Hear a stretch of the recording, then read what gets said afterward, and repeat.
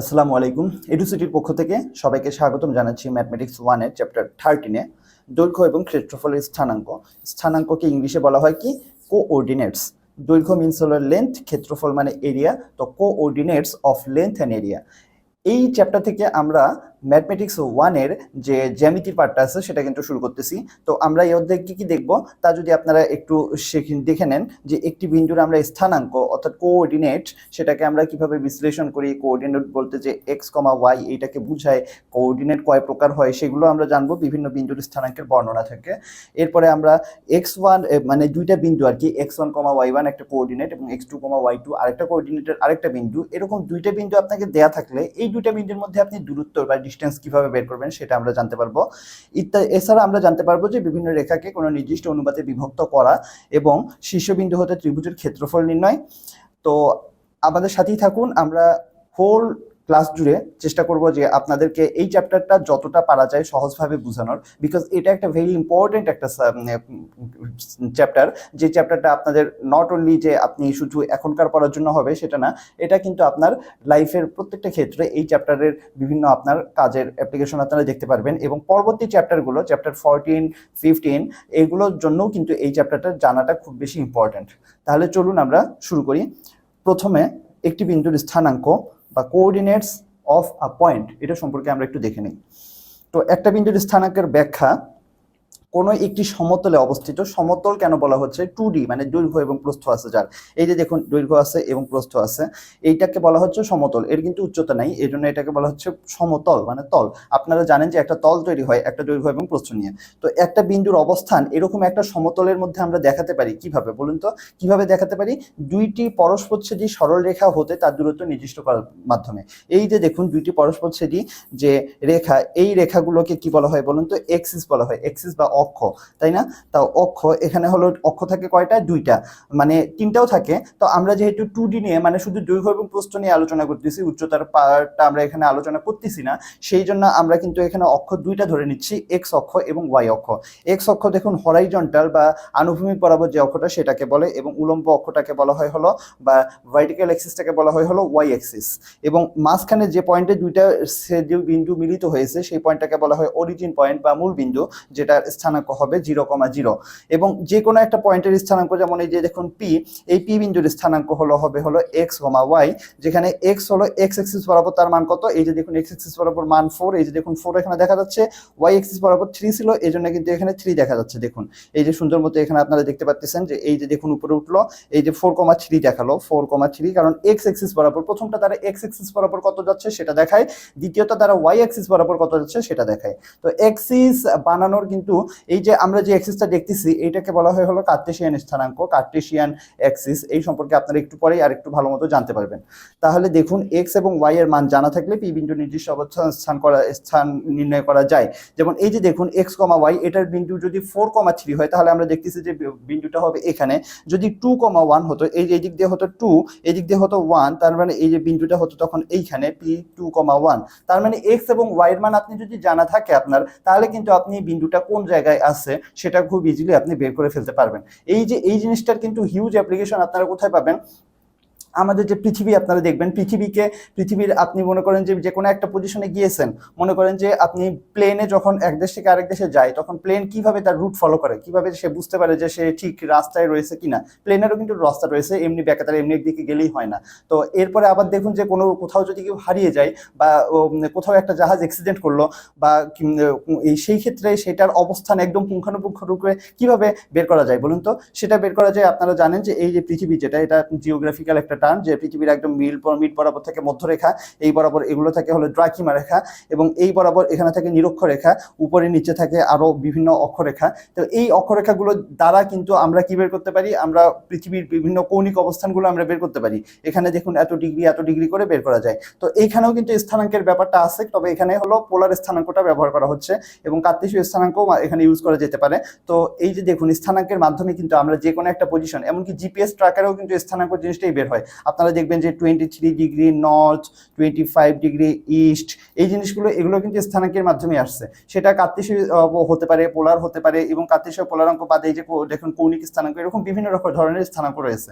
সেগুলো সম্পর্কে আপনারা যদি আপনারা ওই লাইনে পড়াশোনা করেন সেক্ষেত্রে আপনারা জানতে পারবেন।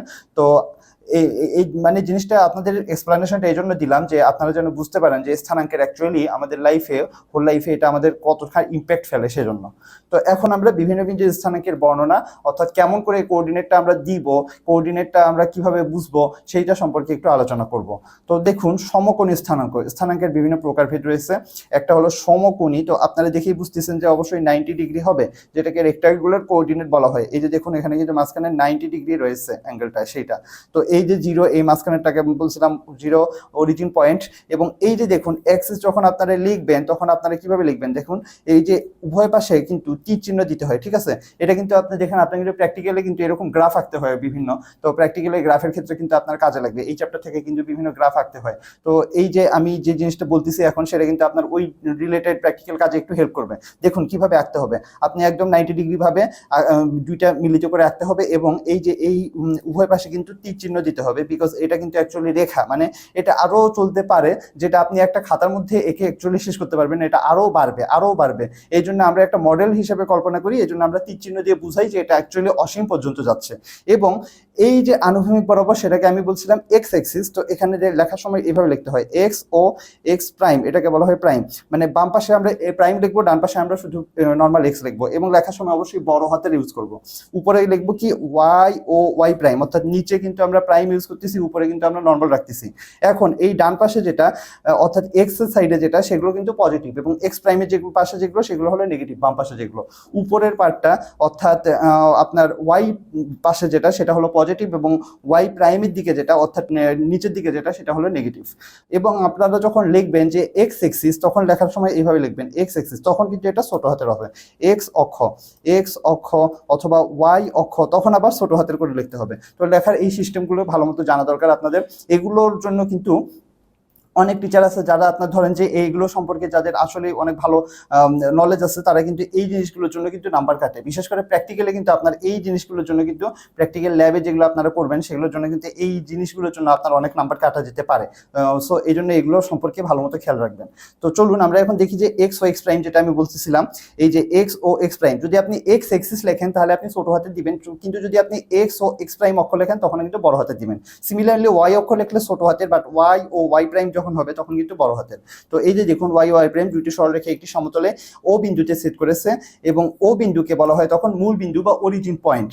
যেখানে আমরা যদি এখানে মনে করেন যে এখানে একটা পি বিন্দু দেই, তাহলে কি হবে বলুন তো, এই যে পি, এবং এখান থেকে আমরা এখানে একটা লম্ব আঁকলে যদি এটা হয় পি এন, তাহলে এই যে পি এন, এইটা না, এটা হলো, এটার নাম যদি আমরা দিই এম, এবং এখান থেকে এখানে যদি আমরা দিই এন, তাহলে এই যে দেখুন এইটা যেটা পি এন, এবং এই যে দেখুন এক্স বরাবর যেটা যত, সেটা হলো পি এন সমান হলো এক্স, মানে এক্স বরাবর কতখানি দূরত্ব যাচ্ছে। এবং পি এম অর্থাৎ এই যে ওয়াই এর উপরে যে এক্স এর উপর যদি যে লম্বটা, সেটা আপনার ওয়াই বরাবর যতখানি দূরত্ব অতিক্রম করতেছে, সেটা হলো ওয়াই এর value.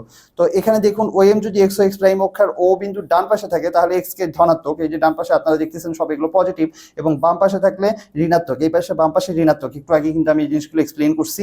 Similarly Y O Y prime, আমাদের এই যে আপনার উলম্ব এক্সিসের ক্ষেত্রে, ওয়াই এক্সিসের ক্ষেত্রে ও বিন্দুর উপরে, অর্থাৎ উপরের দিকে হবে পজিটিভ এবং নিচের দিকে হবে নেগেটিভ বা ঋণাত্মক। এটা তাহলে আশা করি আপনারা এক্সিস সম্পর্কিত যাবতীয় খুঁটিনাটি একদম বিশ্লেষণ করে নারী নক্ষত্র আপনারা বুঝতে পারলেন।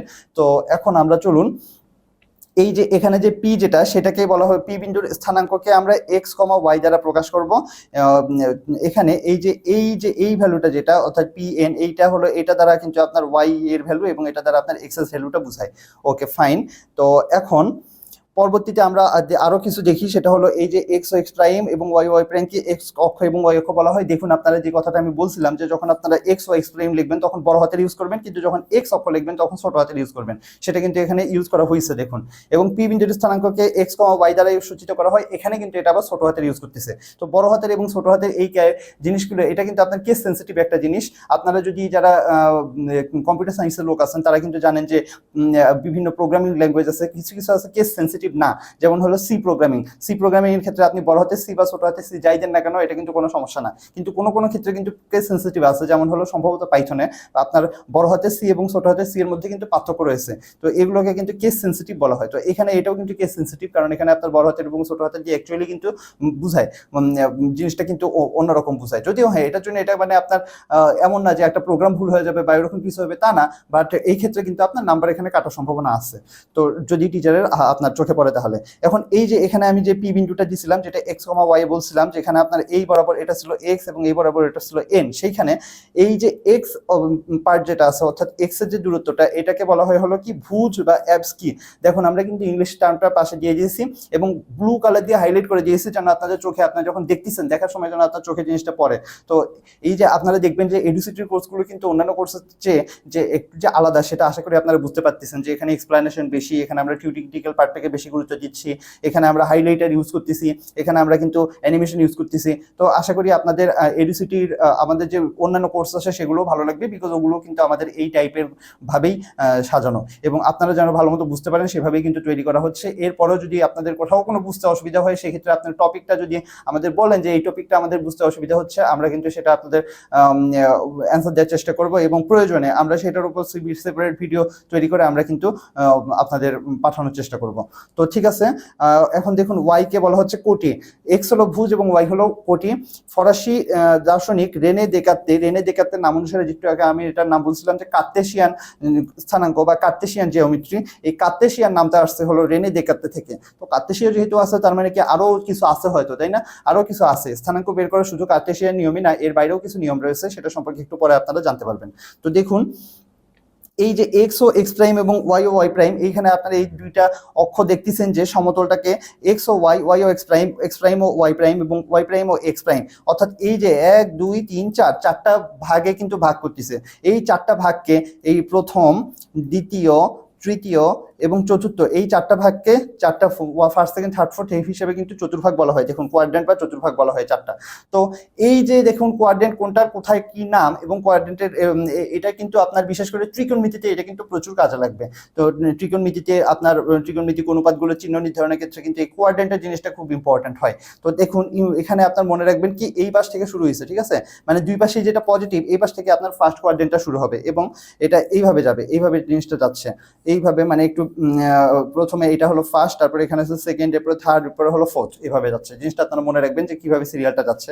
এক্স এক্সিসের গুলো আগে আসতেছে, আপনারা দেখুন যে এই যে হরাইজন্টাল ভাবে যাচ্ছে, তারপরে কিন্তু আপনার ভার্টিক্যাল ভাবে নামে, এভাবে একটা আয়তক্ষেত্র তৈরি হচ্ছে আর কি ভিতরে। তো ঠিক আছে, এখন তাহলে এই যে চারটা যে কোয়াড্রেন্ট আমরা দেখলাম, চারটা কোয়াড্রেন্ট আমি আপনাদের বলছিলাম যে কি বলে চিহ্নর একটা ভেরিয়েশন আছে এবং ত্রিকোণমিতিক অনুপাতের বা ট্রাইগোনোমেট্রিক আপনারা যখন পড়বেন তখন ওখানে কিন্তু দেখবেন যে এইটার কিন্তু অনেক প্রয়োগ রয়েছে, বিশেষ করে ম্যাথমেটিক্স 3-তে আপনার ত্রিকোণমিতি সম্পর্কে হিউজ কিন্তু পড়াশোনা আছে, ওখানে আপনারা দেখতে পারবেন। ম্যাথমেটিক্স 1-এও কিছুটা আছে, তো এগুলো তখন কিন্তু আপনারা খুব সুন্দর মতো দেখতে পারবেন যে ত্রিকোণমিতিতে অ্যাকচুয়ালি স্থানাঙ্ক জ্যামিতির কিন্তু অনেক গুরুত্ব রয়েছে। তো এখন তার জন্য আমাদের আরেকটা জিনিস জানতে হবে যে এক্স এবং ওয়াই এর চিহ্ন বিভিন্ন কোয়াড্রেন্টে বা বিভিন্ন চতুর্ভাগে নির্ণয়, সেক্ষেত্রে আপনারা ইজিলি দেখতে পাচ্ছেন এভাবে যদি মনে রাখেন যে positive positive positive negative negative negative এবং পজিটিভ নেগেটিভ, এটা কিন্তু ইজিলি বোঝা যাচ্ছে। এখানে এক্স অক্ষ বরাবর এখানে পজিটিভ, ওয়াই অক্ষ বরাবর পজিটিভ, এজন্য দুটোই পজিটিভ। এখানে দেখুন এক্স অক্ষ বরাবর, এই যে এক্স অক্ষ বরাবর যেটা সেটা কিন্তু আমরা জানি যে নেগেটিভ এবং ওয়াই অক্ষ বরাবর যদি পজিটিভ, এজন্য কিন্তু পজিটিভ। এখানে দেখুন এক্স অক্ষের এটাও নেগেটিভ হচ্ছে, আবার নিচের বরাবর এটাও নেগেটিভ হচ্ছে ওয়াই অক্ষে, তাহলে এই জন্য দুইটাই নেগেটিভ। এখানে দেখুন এখানে এক্স অক্ষ কিন্তু পজিটিভ এবং ওয়াই অক্ষের ক্ষেত্রে কি হচ্ছে নেগেটিভ। তো আশা করি আপনারা জিনিসটা বুঝতে পারতেছেন। আপনার স্থানাঙ্ক জিনিসটা আপনার যদি মাথায় মোটামুটি থাকে তাহলে কিন্তু আপনি ইজিলি বুঝতে পারবেন। তো দেখুন এই যে এখানে কিন্তু বলা আছে এক্স এবং ওয়াই উভয় হলো প্রথম চতুর্ভাগে ধনাত্মক এবং চতুর্থ চতুর্ভাগে এক্স এবং ওয়াই উভয় ঋণাত্মক, দ্বিতীয় চতুর্ভাগে এক্স ঋণাত্মক ওয়াই ধনাত্মক, তৃতীয় চতুর্ভাগে এক্স এবং কি বলে এটা উল্টো হয়েছে, এইটা হলো তৃতীয় এবং এটা হলো চতুর্থ। আশা করি বুঝতে পারতেছেন আপনারা। তৃতীয় চতুর্ভাগে হলো না না ও আচ্ছা ঠিকই বলছি। তৃতীয় চতুর্ভাগে আপনারা দেখতেছেন এই যে কোয়াড্রেন্ট 3 এখানে দুইটাই কিন্তু নেগেটিভ, এক্স এবং ওয়াই উভয় ঋণাত্মক। তার মানে প্রথম চতুর্ভাগে এক্স এবং ওয়াই উভয় পজিটিভ এবং তৃতীয় চতুর্ভাগে এক্স এবং ওয়াই উভয় নেগেটিভ, দ্বিতীয় চতুর্ভাগে এক্স নেগেটিভ ওয়াই পজিটিভ, চতুর্থ চতুর্ভাগে এক্স পজিটিভ ওয়াই নেগেটিভ। তো এখন এখান থেকে আমরা কিছু সিদ্ধান্ত নিতে পারি যে মূল বিন্দুর স্থানাঙ্ক এই যে অরিজিন পয়েন্ট ও কমা 0,0 এটা। এরপরে দেখুন এক্স অক্ষের উপর যে কোনো বিন্দুর কোটি, এই যে এক্স অক্ষ যেটা এইটার উপর পয়েন্টের উপরে যে কোনো বিন্দু যদি মনে করেন যে এই বিন্দুটার স্থানাঙ্ক কত 4,0, এই বিন্দুর স্থানাঙ্ক কত -2,0, প্রত্যেকবার আপনারা দেখতেছেন যে কোটি মানে ওয়াই এর মান কিন্তু 0 হচ্ছে, তার মানে এক্স অক্ষের উপর ওয়াই এর ভ্যালু 0। সিমিলারলি ওয়াই অক্ষের উপর হলো এই যে ওয়াই অক্ষের উপরে মনে করেন এই যে দেখুন 4, তাহলে এটা কি হবে 0,4। মনে করেন যে এখানে এটা যদি হয় 0-3, তার মানে আপনারা বুঝতেছেন যে ওয়াই অক্ষের উপর যে কোনো বিন্দুর ভুজ অর্থাৎ এক্স এর মানটা 0 হবে। ওকে, তো এতক্ষণ আমরা যে রেক্টাঙ্গুলার কোঅর্ডিনেট বা কি বলে সমকোণী স্থানাঙ্ক দেখলাম। এখন আমরা হেলানো স্থানাঙ্ক দেখবো, জিনিসটা যে একটু হেলিয়ে ফেললে তাহলে জিনিসটা কেমন হয়। তো এইটা কিন্তু আপনার পরীক্ষায় খুব একটা ইম্পর্টেন্ট না, বিকজ এখান থেকে প্রশ্ন সাধারণত আসে না, প্রশ্ন সাধারণত আমাদের কার্টেসিয়ান স্থানাঙ্ক থেকেই আসে। তো এই জন্য এটা জাস্ট আপনারা একটু ধারণা দেওয়ার জন্য আমরা দেখতেছি যে সরল রেখাদ্বয় পরস্পর সমকোণে না থেকে হেলানো অবস্থায় থাকলে, মানে এই যে দেখুন মাঝখানে যে অ্যাঙ্গেলটা সেটা কিন্তু আপনার এখানে 90 ডিগ্রি হচ্ছে না এবং সমকোণে থাকে না, যেটা এখানে বলা হয়েছে। সেই ক্ষেত্রে আপনার বাকি যে জিনিসগুলো সব সেম, এই যে এখানে পি আছে, ও আছে, এক্স প্রাইম আছে, ওয়াই প্রাইম আছে, সব কিছু সেম, কিন্তু জাস্ট হলো আপনার এটা 90 ডিগ্রি হচ্ছে না, এজন্য এটা কিন্তু একটু হেলে গেছে এবং এই জন্য এটাকে হেলানো স্থানাঙ্ক বলে। এবং হেলানো স্থানাঙ্কের ক্ষেত্রে সমকোণ স্থানাঙ্কের নিয়মগুলো প্রযোজ্য হবে। তো এখন আমরা দেখি, এতক্ষণ আমরা দেখলাম সমকোণী স্থানাঙ্ক, আবার হলো আমরা দেখলাম হেলানো স্থানাঙ্ক। তবে এখন আমরা দেখবো একটু ডিফারেন্ট, সেটা হলো পোলার স্থানাঙ্ক বা পোলার কোঅর্ডিনেটস। দেখুন এখানে আপনারা একটা ছবিতে খুব সুন্দরভাবে দেখতে পাচ্ছেন জিনিসটা। আশা করি আপনারা আরো ভালো করে বুঝতে পারবেন যদি আপনারা দেখেন যে কোনো সমতল একটি নির্দিষ্ট বিন্দু ও থেকে একটা ওএক্স রেখা টানার পরে এই যে দেখুন এখানে এটা অ্যাকচুয়ালি কিন্তু 3D আঁকা হচ্ছে। আমি যদি আপনাকে 2D আঁকিয়ে বুঝাই, যে কার্টেসিয়ান স্থানাঙ্কের মতো করে বুঝাই, তাহলে দেখুন যে এই যে এখানে যদি পি বিন্দু হয়, তাহলে ও এই যে এটা যদি ও বিন্দু বা মূল বিন্দু হয়, তাহলে এই যে ও পি যেটা এটার ভ্যালুটা হলো আর এখানে বলা হয়, এবং পি ও এখানে এই যে এক্স অক্ষের সাথে যে কোণটা উৎপন্ন হয় সেটাকে বলা হয় হলো থিটা। এই যে দেখুন এখানে থিটার ভ্যালুটা, এই দেখুন অ্যাঙ্গেলটা কিন্তু চেঞ্জ হচ্ছে, দেখছেন এই যে অ্যাঙ্গেলটা, এটার ভ্যালু থিটা, এই যে এখানে দেখুন থিটা লেখা আছে, থিটা, তাই না? থিটাকে কিন্তু এইভাবে প্রকাশ করা হয় আপনারা জানেন। এবং এই যে দেখুন এই দাগটা দ্বারা কিন্তু আপনার এই যে আর এর ভ্যালু যেটা সেটা রিপ্রেজেন্ট করতেছে। তো এখানে কিন্তু আপনাদের জিনিসটা বোঝানো হচ্ছে যে অক্ষটা ছোট বা বড় করলে বা অক্ষটার উপরে একটা বিন্দুর অবস্থান কিভাবে পরিবর্তন হয় সেটা আশা করি আপনারা এখান থেকে দেখতে বুঝতে পারতেছেন। দেখেন এটাকে আর বলা হয় বা আরটাকে আবার ফাইও বলা যেতে পারে। এবং এখানে যেহেতু তিনটা, এখানে আমরা আমাদের পড়াশোনায় কিন্তু 2D অর্থাৎ দৈর্ঘ্য এবং প্রস্থ নিয়ে আলোচনা করবো, বাট এখানে কিন্তু আপনারা দেখতেছেন যে দৈর্ঘ্য, প্রস্থ এবং সাথে উচ্চতা অর্থাৎ 3D ফেজে এখানে কিন্তু জিনিসটা দেখানো হয়েছে। তো আশা করি আপনার অ্যানিমেশন থেকে জিনিসটা আপনি রিয়েল লাইফে জিনিসটা কেমন হতে পারে সেটা সম্পর্কে আরো ভালো করে বুঝতে পারবেন। এখন দেখুন আর কমা থিটা, এখানে এই যে আর একটা জিনিস দেখলাম এবং থিটা একটা জিনিস দেখলাম, এবং এইটাকে বলা হয় হলো পি বিন্দুর, এই যে মনে করেন যে এখানে যদি পি বিন্দু হয় তাহলে সেটার স্থানাঙ্ক হবে আর কমা থিটা। কার্টেসীয় স্থানাঙ্কে আমরা দেখছি পি বিন্দুর স্থানাঙ্ক হয় হলো এক্স কমা ওয়াই, আর পোলার স্থানাঙ্কে পি বিন্দুর স্থানাঙ্ক হয় হলো আর কমা থিটা, যেখানে আর কে বলা হচ্ছে ব্যাসার্ধ ভেক্টর বা রেডিয়াস ভেক্টর এবং থিটাকে বলা হয় ভেক্টর কোণ। ওকে, তো এগুলো আমরা কিভাবে বের করব এবং কার্টেসীয় স্থানাঙ্কের সাথে আপনাকে কিভাবে কনভার্ট করতে হবে সেটা সম্পর্কে আপনারা যদি একটু দেখেন, এই যে দেখুন এটা একটা কার্টেসীয় স্থানাঙ্কের মতো আপনারা দেখতেছেন, এক্স ও এক্স প্রাইম দিলাম, ওয়াই ও ওয়াই প্রাইম দিলাম। এই স্থানাঙ্কের মধ্যে আপনারা দেখেন যে এই যে পি বিন্দু যেটা, এই পি বিন্দুর ভ্যালু কত হবে বলুন তো, কার্টেসীয় স্থানাঙ্ক অনুসারে এক্স কমা ওয়াই, যেখানে এইটা হলো এক্স এবং এই বরাবর এইটা হলো ওয়াই। এবং আমরা যদি পোলার স্থানাঙ্কে যাই তাহলে সেক্ষেত্রে কি হবে, এই যে ও বিন্দু থেকে পি বিন্দুর মধ্যে যে ডিরেক্ট যে দূরত্বটা সেটা হবে হলো আর, এবং যে অ্যাঙ্গেলটা উৎপন্ন করতেছে এক্স অক্ষের সাথে সেটাকে বলা হয় হলো থিটা। তো তাহলে আমরা কি বুঝতেছি যে ইয়া অনুসারে কি বলে পোলার স্থানাঙ্ক অনুসারে এই পি বিন্দুর স্থানাঙ্ক হবে আর কমা থিটা। এখন দেখুন আর দ্বারা কিন্তু আমরা এখানে যদি এই যে এই ত্রিভুজটার মধ্যে আপনারা দেখতেছেন, এই ত্রিভুজটার মধ্যে আমরা যদি সাইন থিটা ইউজ করি, তাহলে সাইন মানে আমরা জানি সাইন থিটা মানে হলো এই যে যেখানে এটা থিটা, সাইন থিটা মানে লম্ব বাই অতিভুজ। তো লম্ব এখানে কোনটা বলুন তো, লম্ব হলো এই যে এটা দ্বারা কি বুঝাচ্ছে বলুন তো, ওয়াই স্থানাঙ্ক, এবং অতিভুজ কোনটা, এই যে এক্স, তাহলে এই যে দেখুন এক্স স্থানাঙ্ক, তার মানে ওয়াই ইকুয়াল হলো ওয়াই না, তো এটা হলো আচ্ছা লম্ব বাই অতিভুজ। তাহলে অতিভুজ হলে কি হবে, সাইন সাগরের লম্ব, তার মানে সাইন হলো লম্ব বাই অতিভুজ, তাহলে লম্ব এখানে কত ওয়াই এবং অতিভুজ হলো আর, এই যে অতিভুজ আর, তার মানে এখান থেকে আপনারা কিন্তু দেখতেছেন যে ওয়াই ইকুয়াল হলো আর সাইন থিটা হচ্ছে।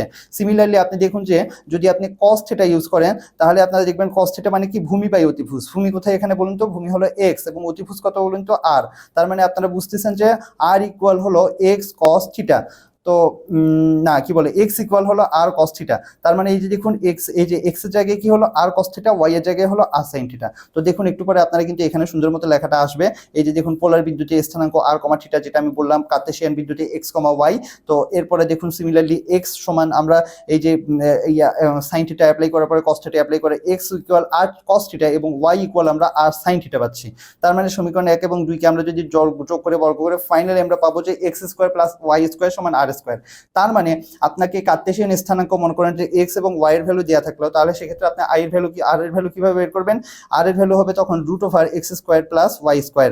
ওকে, আবার দেখুন এই যে দেখুন আর equal root over X square plus Y square. এবং থিটার ভ্যালু আপনারা কিভাবে বের করবেন? থিটার ভ্যালু বের করার জন্য এই যে দেখুন ট্যান থিটা সমান হলো Y by x.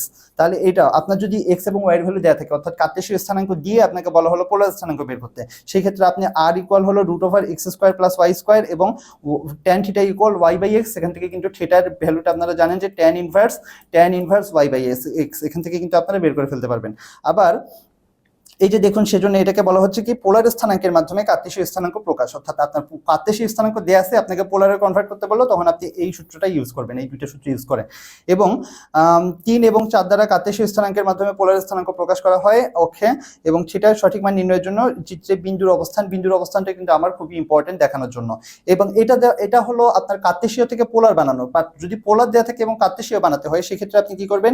X equal হলো আর কস থিটা এবং ওয়াই ইকুয়াল হলো আর সাইন থিটা।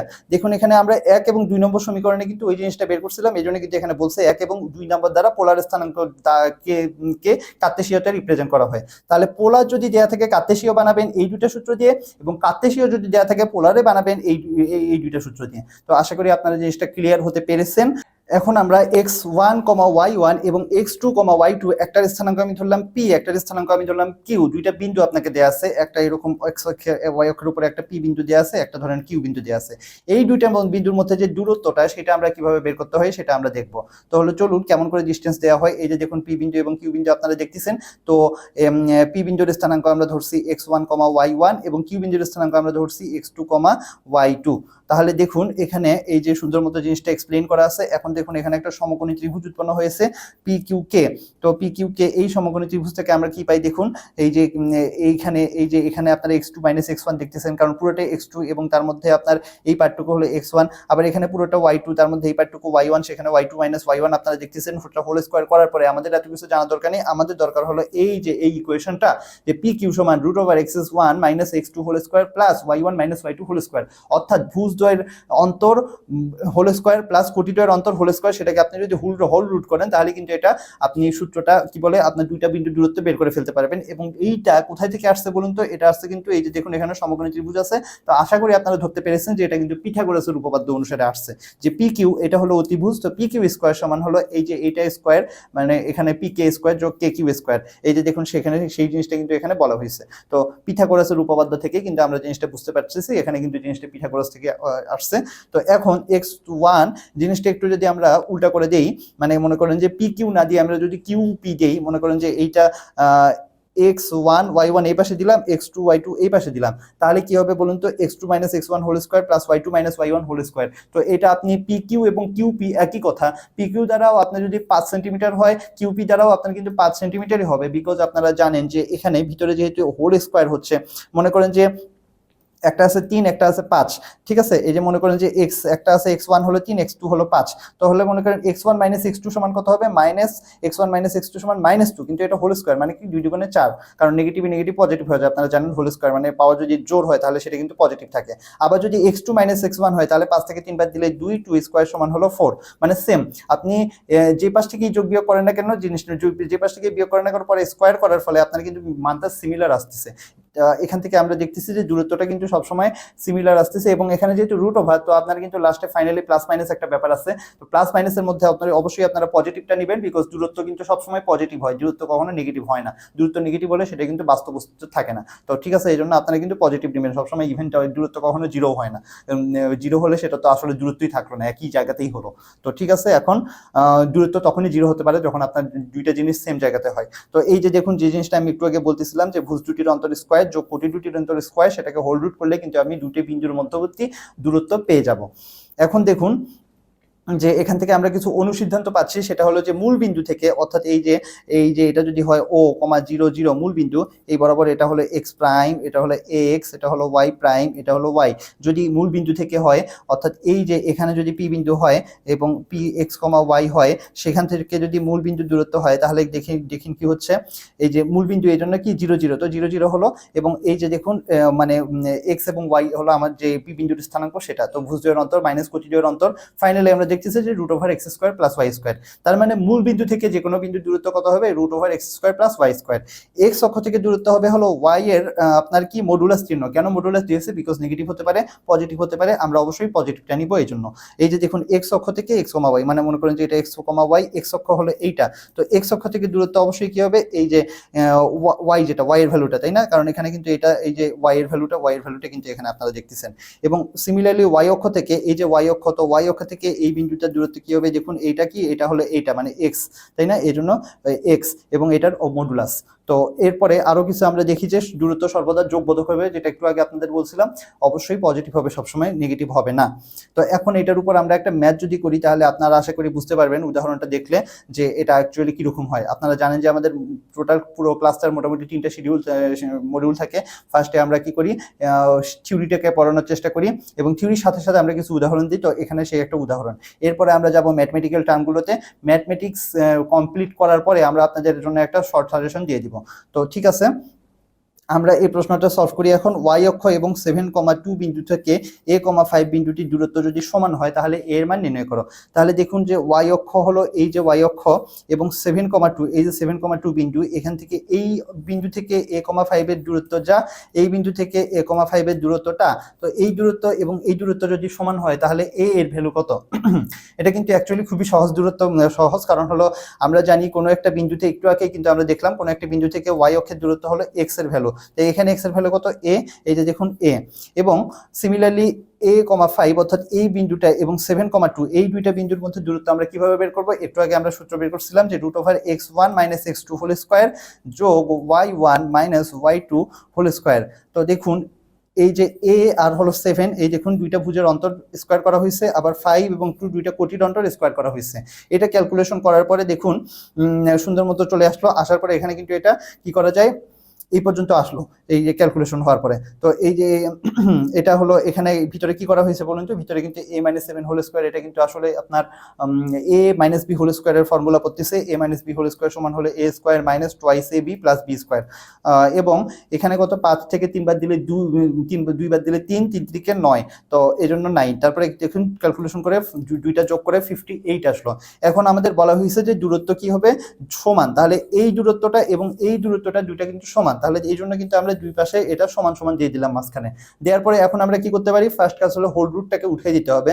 উঠাই দেওয়ার জন্য আমাদের হোল স্কোয়ার করতে হবে উভয় পাশে, তো উভয় পাশে বর্গ করলে এখানে আসলে এ স্কোয়ার এবং এখানে রুটটা কাটা গেল, যাওয়ার পরে এ স্কোয়ার কিন্তু এক পাশে নিয়ে গেলে কাটাকাটি হয়ে যায়। এবং দেখুন এই যে বাকিটা যদি আমরা এই 14 এটাকে যদি এক্সচেঞ্জ করে ফেলি, মাইনাস আছে পজিটিভ বানিয়ে ফেললাম, ফাইনালি দেখুন 14 এর সমান 58 আসলে, এই যে এ স্কোয়ার এখানে কাটা গেল, তাহলে এই ইকুয়াল আমরা পাচ্ছি 29/7, এটাই কিন্তু আমাদের এর মান, অর্থাৎ আমরা কিন্তু এই বিন্দুর স্থানাঙ্কটা পেয়ে গেছি। তো আশা করি আপনারা বুঝতে পেরেছেন যে কিভাবে এই অঙ্কটা করতে হয়, খুবই সহজ অঙ্ক, এবং এই টাইপের অঙ্ক কিন্তু আপনাদের পরীক্ষার জন্য ভেরি ভেরি ইম্পর্টেন্ট, অবশ্যই এটা একটা 3 স্টার মার্ক দেওয়া উচিত।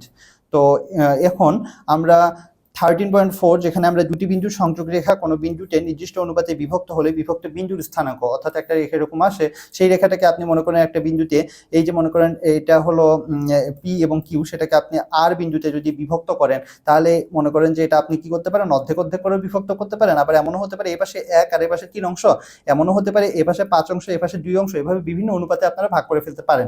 তো সেই ভাগটা করলে সেটা থেকে আমরা কিভাবে ম্যাথ করব সেগুলো আমরা একটু দেখে নিই।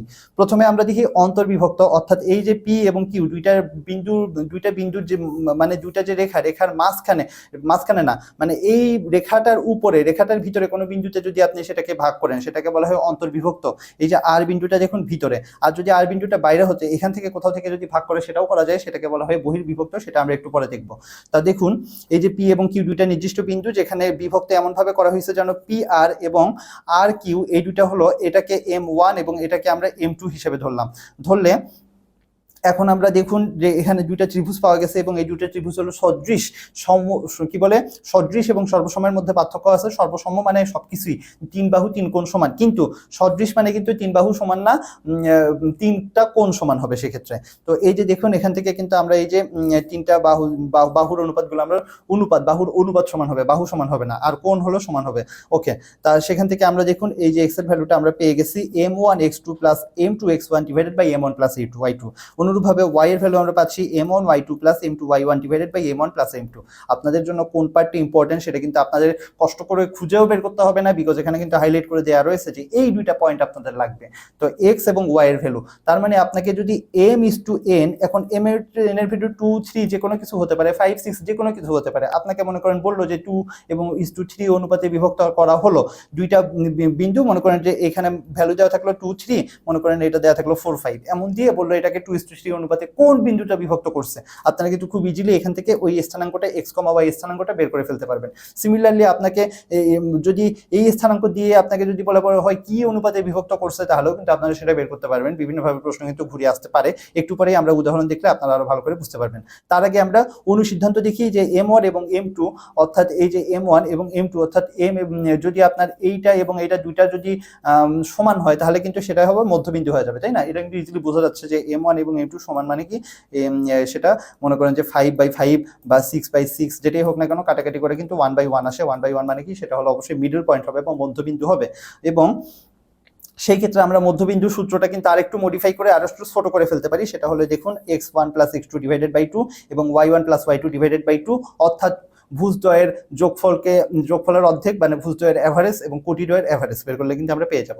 তো এবং সিমিলারলি আমরা অনুসিদ্ধান্ত আরো একটা দেখতে পারি যে আর বিন্দুটি PQ কে k:1 অনুপাতে বিভক্ত করলে, অর্থাৎ k:1, এটা যদি m n এর জায়গায় যদি এটা k এবং 1 হয়, তাহলে সেক্ষেত্রে হলে x এর ভ্যালু হবে kx2 plus x1 divided by k plus 1 এবং y এর ভ্যালু হবে ky2 plus y1 divided by k plus 1।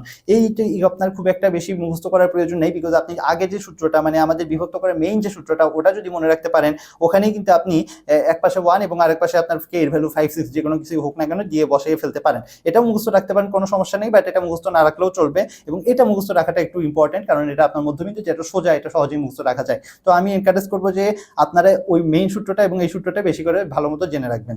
তো এক্ষেত্রে k এর মান জানলেই অনুপাতটা বের করা যায়। এখন আমরা দেখি বহির্বিভক্তের ক্ষেত্রে কি করতে হবে। বহির্বিভক্তের ক্ষেত্রে আর বিন্দু PQ রেখাকে এমন ভাবে বিভক্ত করলো, দেখুন বাইরে, এবার এটা বাইরে যদি থাকে, এই যে পুরোটা হলো m1 এবং এইটুকু হলো m2, এই ক্ষেত্রে আমরা কি করব, একদম সিমিলারলি সদৃশ বের করার পরে ফাইনালি আমরা দেখতেছি যে x এবং y এর ভ্যালু দেখুন সিমিলারলি একদম সেম, জাস্ট নেগেটিভটা কিন্তু মানে আগে ছিল পজিটিভ, এখন হয়ে গেছে নেগেটিভ, এইটুকুই জাস্ট ডিফারেন্স ছিল। তো এখন একটু যদি একটা ম্যাথ দেখি আমরা, তাহলে আপনারা বুঝতে পারবেন। এটা একটা সংক্ষিপ্ত প্রশ্নোত্তর উদাহরণ হিসেবে আমরা দেখতেছি 1,2 এবং 6,7 এই বিন্দু দুইটি সংযোজক রেখাকে 3,4 বিন্দুতে কি অনুপাতে অন্তর্বিভক্ত করে তা বের করা, অর্থাৎ m এবং n এর ভ্যালুটা আপনার বের করতে হবে। তাহলে দেখুন আমরা প্রথমে ধরে নিলাম যে m:n অনুপাতে বিভক্ত করতেছে, যেখানে এটা হলো m, এটা হলো n, এই যে c বিন্দু যেটা হলো আপনাকে অন্তর্বিভক্ত করবে। তো অন্তর্বিভক্ত মানে অবশ্যই মাঝখানে পজিটিভ চিহ্ন হবে। আমরা কিন্তু একটু আগে ইকুয়েশনটা দেখছি যে x ইকুয়াল হলো m into x plus n into m into x1 plus n into x2 divided by m plus n। সেখান থেকে কিন্তু আমরা দেখুন এই যে x1 হলো 6, x2 হলো 1, আপনার ইচ্ছে করলে 1 6 উল্টা করেও লিখতে পারতেন, কোনো সমস্যা নেই। লিখে ফাইনালি দেখুন আপনি m এবং n এর ভ্যালু কিন্তু এখানে চলে আসতেছে। আপনি জাস্ট হলো প্রথমে বজ্র গুণন করে দেওয়া হয়েছে এখানে, তারপরে কি হয়েছে, এক পাশে নিয়ে আসা হয়েছে n এবং n কে, তারপরে যোগ বিয়োগ করা হয়েছে। যোগ বিয়োগ করার পরে আপনারা দেখুন যে আমরা m:n সমান 2:3 আমরা পেয়ে গেছি। Okay fine. এখন আমরা দেখব ত্রিভুজের ভর কেন্দ্র কিভাবে নির্ণয় করতে হয়। ভর কেন্দ্র সম্পর্কে আপনারা জানেন যে ত্রিভুজের তিনটা মধ্যমা, অর্থাৎ একটা শীর্ষ থেকে বিপরীত বাহুর উপর যে অঙ্কিত মধ্যমা আছে, সেটাই হয় বিপরীত বাহুর মধ্যবিন্দু বরাবর যেটা সংযোগ রেখাংশ, সেটা হলো মধ্যবিন্দু। এই সিমিলারলি একটা ত্রিভুজের মধ্যবিন্দু হবে মধ্যমা হবে তিনটা, বিকজ তিনটা বাহু রয়েছে, তিনটা মধ্যমা যে বিন্দুতে মিলিত হয় সেটাকেই কিন্তু ভর কেন্দ্র বলা হয়। তো ভর কেন্দ্রের জন্য আমরা দেখুন এই যে দেখে a b এবং c তিনটা শীর্ষ নিলাম এবং তার স্থানাঙ্কর মান আমরা তিনটা ধরে নিলাম যদি হয়। এই যে দেখুন এখানে এই অ্যানিমেশনটা কি বোঝানো হচ্ছে, এই যে মাঝখানে যে এটাকে দেখুন এই পাশ থেকে সিমিলার সমানভাবে নিয়ে এসে এখানে নিয়ে আসা হয়েছে, মানে মধ্যবিন্দু যে সেটা বোঝানো হচ্ছে। ওকে, তাহলে এমন যদি হয়, তাহলে দেখুন এই যে মধ্যবিন্দু আমরা ধরলাম কি f d e, এইভাবে আমরা ধরলাম। আচ্ছা, এখানে বলছে এ বি, এ বি তার মানে এটাকে ধরছে হলো এফ, তারপরে বি সি, এইটাকে ধরছে হলো ডি এবং এটাকে ধরছে ই। আপনারা যেভাবে ইচ্ছা ধরতে পারেন। ধরলে তিনটা মধ্যমার বিন্দুটা যদি জি বিন্দু দিয়ে সেট করে, তাহলে জি বিন্দুর স্থানাঙ্ক বা মধ্যবিন্দু মধ্যমা কি বলে ভরকেন্দ্রের স্থানাঙ্ক হলো এই, এটা হলো জি বিন্দুটা হলো ভরকেন্দ্র, মানে মধ্যমা তিনটা যে বিন্দুতে সেট করে সেটা, এবং সেটা মধ্যমাকে ভরকেন্দ্র প্রত্যেকটা মধ্যমাকে 2:1 অনুপাতে বিভক্ত করে। এইদিকে 2 থাকবে, এদিকে 1 থাকবে, এদিকে 2 এদিকে 1, এদিকে 2 এদিকে 1, এইভাবে বিভক্ত করবে। আমরা অন্তর্বিভক্ত বহির্বিভক্ত যে ওয়েমস টুইন সেটা একটু আগে দেখে আসছি। তো দেখুন এখানে জি এর স্থানাঙ্ক অর্থাৎ ভরকেন্দ্রের স্থানাঙ্কটা হবে হলো এই যে এক্স, জি এর স্থানাঙ্ক হবে হলো এই যে দেখুন x1 plus x2 plus x3 divided by 3 এবং y1 plus y2 plus y3 divided by 3। তার মানে তিনটা শীর্ষের আপনারা ভুজগুলোকে যোগ করবেন, 3 দ্বারা ভাগ করবেন, তিনটা কোটির কোটিগুলোকে যোগ করবেন, 3 দ্বারা ভাগ করবেন, তাহলে কিন্তু আপনারা পেয়ে যাবেন। এখন আমরা একটা উদাহরণ দেখি যে ভরকেন্দ্রের স্থানাঙ্ক 7,2 দেয়া আছে, শীর্ষবিন্দুর স্থানাঙ্ক 2টা দেয়া আছে, তাহলে সি বিন্দুর স্থানাঙ্ক বের করো। খুব ইজি কিন্তু আপনারা জানেন, কারণ এই যে ভরকেন্দ্রের স্থানাঙ্ক আমরা জানি যে কোটি ভুজদ্বয়ের যোগফল এবং কোটিদ্বয়ের যোগফল কোটি ট্রয় আর কি, মানে তিনটা যেহেতু এই জন্য 3 দ্বারা ভাগ করা হয়, এবং সেটা সমান হলো আপনার কি ভরকেন্দ্রের স্থানাঙ্ক, ভরকেন্দ্রের স্থানাঙ্ক হলো 7,2। তাহলে এই যে দেখুন 7,2 যদি হয়, তাহলে এই যে এটাকে ক্যালকুলেশন করে দেখুন 7 আর 3 10 প্লাস এক্স, আর এখানে দেখুন 5 থেকে একবার দিলে 4 প্লাস ওয়াই ডিভাইডেড বাই 3, এইটা সমান হলো 7,2, কারণ আমার ভরকেন্দ্র এটা দেওয়া আছে। তো সেখান থেকে আমরা এক্স এর ভ্যালু কেমন করে বের করবো, এইটা এবং এটা হলো সমান, এবং এইটা আর এটা হলো সমান। তো এই দুইটাকে আমরা সমান ধরে দেখুন এখানে 3 7 21, তাহলে ফাইনালি এক্স ইকুয়াল 11 আসতেছে। আবার ওয়াই হলো 4 প্লাস ওয়াই বাই 3 সমান হলো 2, তাহলে সেখান থেকে কিন্তু ওয়াই এর ভ্যালু আসতেছে হলো 2। তার মানে ভরকেন্দ্রের স্থানাঙ্ক হলো 11,2। এখন আমরা দেখব 13.5, যেখানে আমরা দেখব শীর্ষবিন্দু থেকে ত্রিভুজের ক্ষেত্রফল নির্ণয়, অর্থাৎ আপনার ত্রিভুজের 3টা শীর্ষ দেওয়া থাকলো, তাহলে সেখান থেকে আপনি ত্রিভুজের ক্ষেত্রফলটা কিভাবে বের করতে পারবেন সেটা। তাহলে দেখুন যে কিভাবে বের করি। এই যে দেখুন 1 2 3টা বিন্দু এখানে দেওয়া আছে, দিয়ে মানে 3টা শীর্ষবিন্দু দেওয়া আছে। শীর্ষবিন্দু মানে আপনারা জানেন যে 3টা পয়েন্ট আর কি, যে পয়েন্টগুলো দ্বারা ত্রিভুজটা গঠিত হয়েছে। তো এরকম যদি থাকে সেটার ক্ষেত্রফল আমরা কিভাবে বের করব, দেখুন ক্ষেত্রফল বের করার জন্য এখানে দেখুন ট্রাপিজিয়াম তৈরি হয়েছে একটা, অ্যাকচুয়ালি এই যে দেখুন একটা ট্রাপিজিয়াম তৈরি হয়েছে, এবং ট্রাপিজিয়ামের ক্ষেত্রফল বের করার জন্য আপনারা কিন্তু ইজিলি এখানে কিন্তু বের করতে পারবেন। এখানে এই আমরা এত ডিটেইলস আমাদের দরকার নেই, আমাদের দরকার হলো ফাইনালি যে সূত্রটা, সেই সূত্রটা হলো নির্ণয় পদ্ধতিতে আমরা যদি প্রকাশ করি, তাহলে আমরা দেখুন যে half into x1 y1 1 x2 y2 1 এবং x3 y3 1 নির্ণয় পদ্ধতিতে প্রকাশ করে। নির্ণয়ের পরে কেমন করে করতে হয় আপনারা একদম চ্যাপ্টার 1 এ একদম শুরুতে কিন্তু এটা সম্পর্কে খুব ভালো মতো পড়ানো আছে।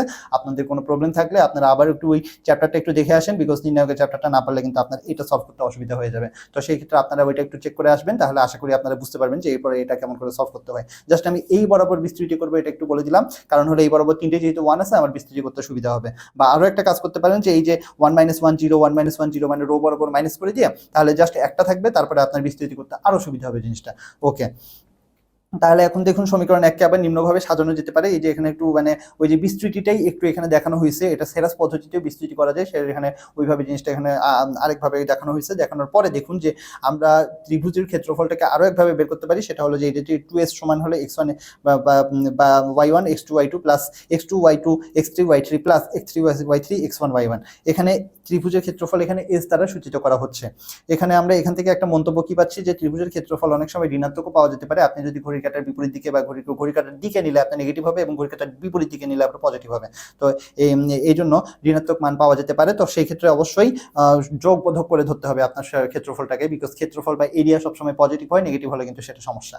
তো এখন আপনারা এখান থেকে কিছু বৈশিষ্ট্য যদি আরো দেখে নেন, তাহলে দেখেন যে এ বি সি 3টা বিন্দু যদি সমরেখ হয়, অর্থাৎ 3টা বিন্দু সমরেখ মানে কি, এই যে এ, এই যে বি, এই যে সি, 3টা বিন্দু একটা রেখার উপর অবস্থিত এমন যদি হয়, তাহলে ত্রিভুজ এবিসি এর ক্ষেত্রফল শূন্য হবে। কারণ এখানে তো ত্রিভুজ উৎপন্ন হয় নাই, তো ত্রিভুজ যদি উৎপন্ন না হয় তাহলে ত্রিভুজের ক্ষেত্রফলটা অবশ্যই শূন্য হবে।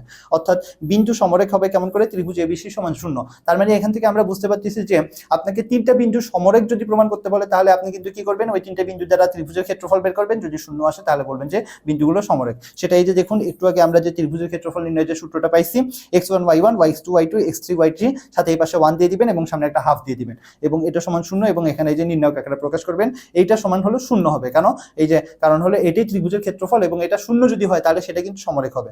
আবার দেখুন আবার অন্যভাবে আবার আমরা এটাকে আবার কিভাবে বলতে পারি, দেখুন আমরা এইভাবে করতে পারি x1 y1 x2 y3 y2 x3 y3 এবং x1 y1, সেখানে এই যে এই বরাবর যেগুলো নেবেন সেগুলো আপনার পজিটিভ চিহ্ন দিয়ে নেবেন এবং এই বরাবর যেগুলো নেবেন সেগুলো আপনারা নেগেটিভ চিহ্ন নিয়ে নেবেন। দেখেন এই যে প্রথমটা দ্বিতীয়টা তিনটা স্থানাঙ্ক লিখলেন, লেখার পরে প্রথম স্থানাঙ্কটা আবার রিপিট করবেন, করার পরে আপনারা এই বরাবর গুণ করা হচ্ছে, তাই না, এই যে x1 y2 y2 x2 y3 x3 y1 এই বরাবর যেগুলো গুণ করবেন সেগুলো চিহ্ন হবে কি পজিটিভ, এবং এরপরে তো আবার এই বরাবর গুণ আছে y1 x2 y2 x3 y3 x1 এই বরাবর যেগুলো আছে সেগুলো নেগেটিভ। তো এইভাবেও আপনারা করতে পারেন। তাহলে আপনারা দেখতেছেন যে ত্রিভুজের ক্ষেত্রফল নির্ণয়ের আমরা দুটো সূত্র পাইছি, একটা হলো এই যে এই সূত্রটা এবং আরেকটা সূত্র পাইছি আমরা এই সূত্রটা। আপনারা যেটা আপনার যে সুবিধা মনে হবে সেটা দিয়ে আপনারা ইউজ করতে পারেন।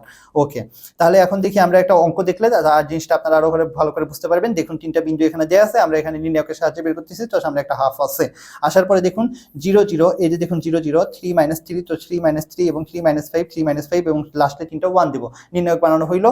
এখন আমরা কি করলাম, এই যে হিসেবে মানে লাস্টের সারি হিসেবে যদি আমরা বিস্তৃতি করি, তাহলে এইটাকে যখন নিব তখন এই সারি এই কলাম বাদ যাবে, তখন এই চারটা পয়েন্ট এখানে থাকবে, আপনারা জানেন। তো না, এখানে আমরা ওইটাও করা লাগবে না, বিকজ সামনে দুইটা যেহেতু 0 আছে, তাহলে আমরা এই শুধু এই সারি বরাবর বিস্তৃতি করলে আমরা শুধু এই 1টাকে যখন নিব তখন এই চারটা পয়েন্ট নিয়ে বিস্তৃতি করবো, তাহলে কিন্তু হয়ে যাবে। তো বিস্তৃতি করলাম, করার পরে আমরা ফাইনালি পাচ্ছি হলো এই যে দেখুন এখানে মাইনাস আছে, তাই না, -3, কিন্তু এটা মডুলাস চিহ্ন দেওয়া হয়েছে, বিকজ আমরা জানি যে ক্ষেত্রফল সবসময় পজিটিভ হয়, লাস্টে কিন্তু আমরা 3 অর্থাৎ পজিটিভটাই আমরা ভ্যালুটা নিয়েছি। তো ক্ষেত্রফল 3 বর্গ একক পাওয়া গেল। তো এক্সারসাইজ কি বলে, আপনি যদি উদাহরণটা বুঝতে পারেন তাহলে আপনি দেখুন যে এই সূত্রটাকে শুলেস ফর্মুলা বলা হয়ে থাকে বা সার্ভিয়াস ফর্মুলাও বলা হয়। কোন ফর্মুলাটা বলেন তো, ওই যে এই যে এটা x1 y1 x2 y2 x3 y3 এবং x1 y1 সামনে হলো হাফ, এইটা ঠিক আছে। আর আরেকটা ফর্মুলা কোনটা আমরা দেখছি, x1 x2 y1 y2 x3 y3 এবং হলো 1 1 1, এটা কিন্তু শুলেস ফর্মুলা না, এইটা হলো শুলেস ফর্মুলা, ভালো করে মনে রাখবেন। তো যদি আপনাকে বলা যায় যে শুলেস ফর্মুলার মাধ্যমে সারফেস ফর্মুলার মাধ্যমে কি বলে ক্ষেত্রফল বের করে, তাহলে আপনাকে অবশ্যই এটা দিয়ে বের করতে হবে। আর যদি কিছু না বলা থাকে সেক্ষেত্রে আপনি এটা যে কোনোটা দিয়ে বের করতে পারেন। তবে সাধারণত আপনার কিছু বলে দেওয়া থাকে না, সেক্ষেত্রে আপনি যে কোনোটা দিয়ে করতে পারেন, সমস্যা নেই, এটা আপনাদের আপ টু ইউ। ওকে, এবং এইভাবে আরো সহজে কিন্তু ডায়াগ্রামের মাধ্যমে আমরা জিনিসটাকে এক্সপ্লেইন করার চেষ্টা করেছি। দেখুন এই যে এখানে কিন্তু জিনিসটা এই যে পজিটিভ চিহ্ন দিয়ে নেগেটিভ চিহ্ন দিয়ে কিন্তু জিনিসটা বোঝানো হয়েছে, তাই না, মানে ওই যে এই জিনিসটাকে এই জিনিসটাকে কিন্তু আমরা কিভাবে এইভাবে এটা হলো আপনার হরিজন্টালি আনুভূমিকভাবে সাজানো ছিল, এখানে আমরা ভার্টিক্যাল ভাবে বা উপর নিচে উলম্বভাবে সাজিয়ে সেখানেও কিন্তু এই যে দেখুন পজিটিভ নেগেটিভ আমরা এইভাবে করেছি। তো এইভাবে ইচ্ছে করলে আপনারা করতে পারেন। তো এই যে দেখুন এখানে কিভাবে এই জিনিসটা হয়েছে সেই জিনিসটা কিন্তু এক্সপ্লানেশন দেওয়া আছে। তো অ্যাকচুয়ালি অনেকভাবে কিন্তু ক্ষেত্রফল নির্ণয় করা যায়। বাম দিক থেকে এই যে দেখুন বাম দিক থেকে উপর থেকে নিচে যেগুলো সেগুলো হলো পজিটিভ, এবং ডান দিকের উপর থেকে নিচে যেগুলো সেগুলো হলো নেগেটিভ। তো এইভাবে আবার দেখুন যে চতুর্ভুজের ক্ষেত্রফলও কিন্তু এইভাবে নির্ণয় করা যায়। শুধু যে চতুর্ভুজ তা না, চতুর্ভুজের এই যে দেখুন চারটা পয়েন্ট নিয়ে এটা হলো x4 y4, তারপরে আবার x1 y1, এভাবে কিন্তু চতুর্ভুজ নিয়ে করতে পারবেন। ইভেন আপনি যদি চতুর্ভুজের বেশি পঞ্চভুজ ষড়ভুজ যত ভুজই থাকুক না কেন, আপনি কিন্তু এই স্থানাঙ্কগুলো যদি আপনার সবগুলো পয়েন্টের জানা থাকে তাহলে কিন্তু আপনি এই সূত্রের মাধ্যমেই ব্যবহার করতে পারবেন। তবে কথা হলো এই সূত্রের জন্য এই যে পলিগন বা বহুভুজ যে কোনো ক্ষেত্রেই আমরা ব্যবহার করতে পারবেন। তবে হ্যাঁ, তার জন্য আপনার প্রত্যেকটা শীর্ষবিন্দুর স্থানাঙ্কের ভ্যালু জানা থাকতে হবে, তাছাড়া কিন্তু আপনার এটা দ্বারা ইউজ করতে পারবেন না। সো এইটা জাস্ট মাথায় রাখবেন। দেখুন লাস্টে কিন্তু xn yn মানে n পর্যন্ত যত ইচ্ছা দেয়া থাক, আপনি যদি প্রত্যেকটা শীর্ষবিন্দুর ভ্যালু জানেন তাহলে কিন্তু আপনি খুব ইজিলি জিনিসটা বের করে ফেলতে পারবেন। তো আশা করি আপনারা এতক্ষণ পর্যন্ত যে থিওরিটিক্যাল পার্টটা সেটা খুব ভালো করে বুঝতে পারছেন। এখন যদি থিওরিটিক্যাল পার্ট আপনাদের ভালো বোঝা হয়ে থাকে তাহলে আমরা এখন ম্যাথমেটিক্যাল পার্টে চলে যাব। আমাদের কিন্তু প্রথম পার্টটা অলরেডি শেষ হয়ে গেল। ম্যাথমেটিক্যাল পার্ট আপনারা জানেন যে আমরা এমনভাবে সাজাবো যেন হলো আপনার যেটা বিগত সালে যেগুলো পরীক্ষায় এসেছে সেগুলো এবং বিভিন্ন বইয়ের এক্সারসাইজের মধ্যে যেগুলো আপনার ইম্পর্টেন্ট প্রশ্ন রয়েছে, 30টা 20টা প্রশ্ন রয়েছে সেগুলোকে কিন্তু আমরা শর্ট লিস্ট করে বানানোর চেষ্টা করেছি যেন আপনার মোটামুটি প্রস্তুতিটা খুব ভালো একটা প্রস্তুতি আপনার জন্য হয়ে যায়। তো প্রথমে আমরা প্রয়োজনীয় সূত্রাবলীগুলো এক নজরে দেখে নেই, কিন্তু এই কয়টা সূত্রই যে এখানে শেষ তা কিন্তু না, এর বাইরে কিন্তু সূত্র আরো কিছু থাকতে পারে বা শর্টকাট লাইন থাকতে পারে। এই জন্য আমি আশা করি যে আপনারা সবসময় খাতা কলম নিয়ে বসবেন, খাতা কলম নিয়ে বসে যেখানে যেটা আপনার ইম্পর্টেন্ট মনে হচ্ছে সেটা আপনি খাতায় টুকে ফেলবেন। আপনি শোনার চেয়ে আপনি যদি জিনিসটা লিখে ফেলেন তাহলে কিন্তু আপনার এটা আপনার মেমোরিতে বেশি ইফেক্টিভ হবে, এটা কিন্তু প্রমাণিত। তো এই জন্য শোনার চেয়ে কিন্তু লেখাটা বেশি ব্রেনের উপর বেশি দিন স্থায়ী হয় সেটা। তো যদি আপনাদের খাতা কলম নিয়ে বসা হয়, এখন আমরা কিন্তু ম্যাথমেটিক্সে চলে আসছি, তো অবশ্যই এতক্ষণ আপনারা খাতা কলম নিয়ে না বসলেও এখন থেকে কিন্তু আপনাদের সামনে এখন কিন্তু আপনার খাতা কলম নিয়ে বসা উচিত। তা আপনারা জানেন যে আপনাদের প্রশ্ন টোটাল 3টা সেগমেন্টে হয়, অতি সংক্ষিপ্ত এবং রচনামূলক। তো আমরা কিন্তু সেভাবেই 3টা সাজাবো, 3টা আলাদা সেগমেন্টে, এবং ফাইনালি কিন্তু আপনাদের জন্য একটা শর্ট সাজেশন থাকবে। তো শেষ পর্যন্ত আমাদের সাথে আপনারা থাকা ট্রাই করুন। তাহলে প্রথমে আমরা প্রশ্ন উত্তর পর্বের অতি সংক্ষিপ্ত প্রশ্ন উত্তর নিয়ে শুরু করতেছি, যেখানে আমরা প্রথম প্রশ্নটা দেখতেছি যে কার্তেশীয় এবং পোলার স্থানাঙ্ক এই দুটার মধ্যে সম্পর্ক কি। তো আমরা কিন্তু থিওরিটিক্যাল পার্টে অলরেডি পড়ে আসছি যে কার্তেশীয় এবং পোলার স্থানাঙ্কের মধ্যে যে সম্পর্ক সেটা হলো একটা হলো X equal r cos theta, Y equal r sine theta, r equal root over X square plus Y square, theta equal tan inverse Y by X. এই চারটাই কিন্তু আমাদের কার্তেশীয় এবং পোলার স্থানাঙ্কের মধ্যে যে সম্পর্ক সেইটা। তাহলে যদি বুঝতে পারেন, নেক্সট প্রশ্নে আমরা যাচ্ছি যে একটি বিন্দুর পোলার স্থানাঙ্ক দেওয়া আছে, কার্তেশীয় স্থানাঙ্ক বের করো। তো একটু আগে কিন্তু আমরা সম্পর্কটা বের করে আসলাম আগের প্রশ্নতে, এখন জাস্ট ওই সম্পর্ক অনুসারে আমরা দেখব। দেখুন পোলার স্থানাঙ্ক কি দ্বারা বোঝায় বলুন তো? আর এবং থিটা দ্বারা বোঝায়, আর কার্তেশীয় স্থানাঙ্ক হলো এক্স এবং ওয়াই দ্বারা বোঝায়। আর আমরা জানি যে এক্স ইকুয়াল হলো আর কস থিটা আর ওয়াই ইকুয়াল হলো আর সাইন থিটা। তো এখান থেকে আমরা দেখুন এই যে আর এর ভ্যালু কিন্তু আমরা এখানে জানি যে এইটা হলো আর থিটার ভ্যালু কিন্তু আমরা জানি। তো জাস্ট ভ্যালুগুলো বসালেই আমরা কিন্তু এক্স এবং ওয়াই এর ভ্যালু পেয়ে যাবো, যেটা হলো আমাদের কার্তেশীয় স্থানাঙ্ক।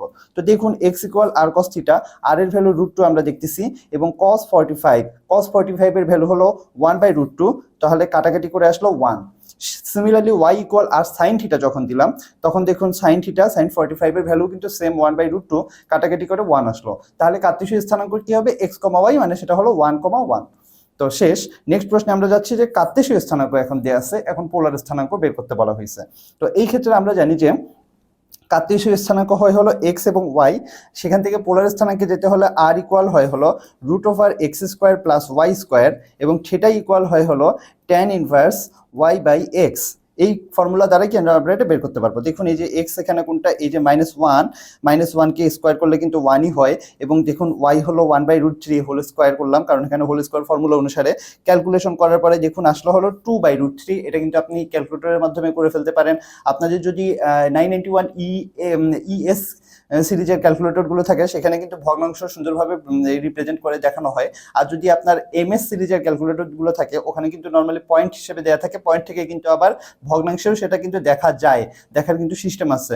তো এটা যদি আপনাদের এখনো মানে জানা না থাকে তাহলে সেক্ষেত্রে আপনারা আমাদের নক করতে পারেন, আমরা ক্যালকুলেটরের উপর একটা স্পেশাল ক্লাস নেওয়ার চেষ্টা করব। তো ঠিক আছে, এই হলো আর। এবার হলো কি লাগবে আমাদের? থিটা লাগবে। এই যে দেখুন আর এবং থিটা, কারণ আমরা জানি পোলার স্থানাঙ্ক হলো আর এবং থিটা। থিটা মানে আমরা জানি কি tan inverse Y by X. তো দেখুন tan inverse Y by X যদি দেই তাহলে এখানে ওয়াই হলো 1/√3 এবং এক্স হলো 1, তাহলে সবগুলো কাটাকাটি করে ফাইনালি আসলো 1/√3। এই তাহলে ফাইনালি চলে আসলো কি tan সমান হলো tan 30 ডিগ্রি, এর ভ্যালু হলো 1/√3। এখানে সম্ভবত একটু উল্টাপাল্টা আছে, তাই এই জিনিসটা আপনারা বাদ দেন, বাদ দিয়ে আপনারা এইভাবে চিন্তা করেন যে theta equal tan inverse Y কত, ওয়াই হলো 1/√3, আর এক্স কত, এক্স হলো 1, তার মানে কত হলো tan inverse 1/√3। tan inverse 1/√3, tan inverse 1/√3 মানে থিটা সমান কত? থিটা সমান হবে হলো 30 ডিগ্রি। তাহলে পোলার স্থানাঙ্ক আমরা কি জানি? আর এবং থিটা। তো আর এর ভ্যালু আমরা বের করছি, থিটার ভ্যালু বের করছি, দুইটা বসালেই কিন্তু আমাদের অঙ্ক শেষ। নেক্সট প্রশ্নে আমরা যাই। 2,5 এবং -4,7 এই বিন্দুর যে সংযোগ রেখাটা আছে সেটা একটা বিন্দুতে 1:2 অনুপাতে বহির্বিভক্ত হলে তার কোটি বের করো। তো এটাও কিন্তু ডিরেক্ট ফর্মুলা দ্বারা আমরা বের করে ফেলতে পারি যে এই যে কি বলে আপনার এইটা যদি m আর n হয় তাহলে m into X minus n into Y divided by কি m মাইনাস n। এটা দ্বারা কিন্তু আমরা বহির্বিভক্তটা বের করে ফেলতে পারবো, এবং যখন অন্তর্বিভক্ত হয় তখন কি করতে হয়? এটা প্লাস করতে হয়, তাই না? তাহলে দেখুন সেখান থেকে কিন্তু আমরা এই যে কোটিটা পেয়ে গেলাম, সুন্দর মতো পেয়ে গেলাম। আচ্ছা, তাহলে এটাও যদি আমরা পেয়ে যাই তাহলে এখন নেক্সট প্রশ্নে আমরা যাই। নেক্সট প্রশ্নটা আমরা দেখতেছি যে আচ্ছা এটা একটু ভুল হয়েছে, এটা হলো y1 এবং এটা হলো y2। আচ্ছা, এটা হলো y এর ক্ষেত্রে হলো y1 এবং y2, আর যখন x এর ক্ষেত্রে হবে তখন কি হবে? x1 এবং x2। তার মানে আপনার এই যে y স্থানাঙ্কগুলোকে আপনার নিয়ে এখানে দেখুন এই যে y স্থানাঙ্কগুলোকে কিন্তু এখানে ইনপুট করে আমাদের কিন্তু ক্যালকুলেশনটা হয়েছে। আচ্ছা যাই হোক, নেক্সট প্রশ্ন দেখি। এটা কিন্তু একদম সোজা, দুইটা বিন্দুর মধ্যবিন্দু দেওয়া আছে, একটা বিন্দু দেওয়া আছে, তাহলে অপর বিন্দু কত?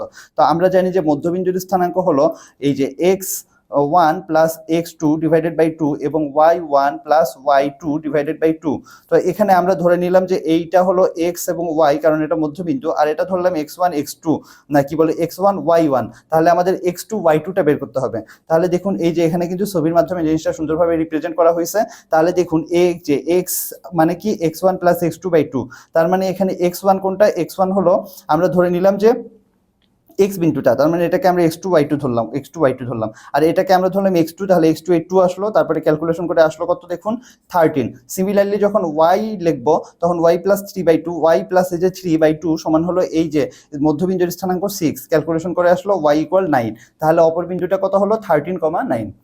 নেক্সট প্রশ্নে আমরা যাই 0,0, 3,0 এবং 3,3 শীর্ষবিশিষ্ট ত্রিভুজের ভর কেন্দ্র নির্ণয় করো। তো ভর কেন্দ্র সূত্র আমরা জানি, জাস্ট হলে তিনটা এক্স অক্ষ মানে এক্স এর যে মানটা আছে, ভুজ যেটা আছে সেটা তিনটা যোগ করে 3 দ্বারা ভাগ করব, ওয়াই তিনটা যোগ করে 3 দ্বারা ভাগ করব, যে ভ্যালুটা পাবো সেটাই হলো আমার ভর কেন্দ্র।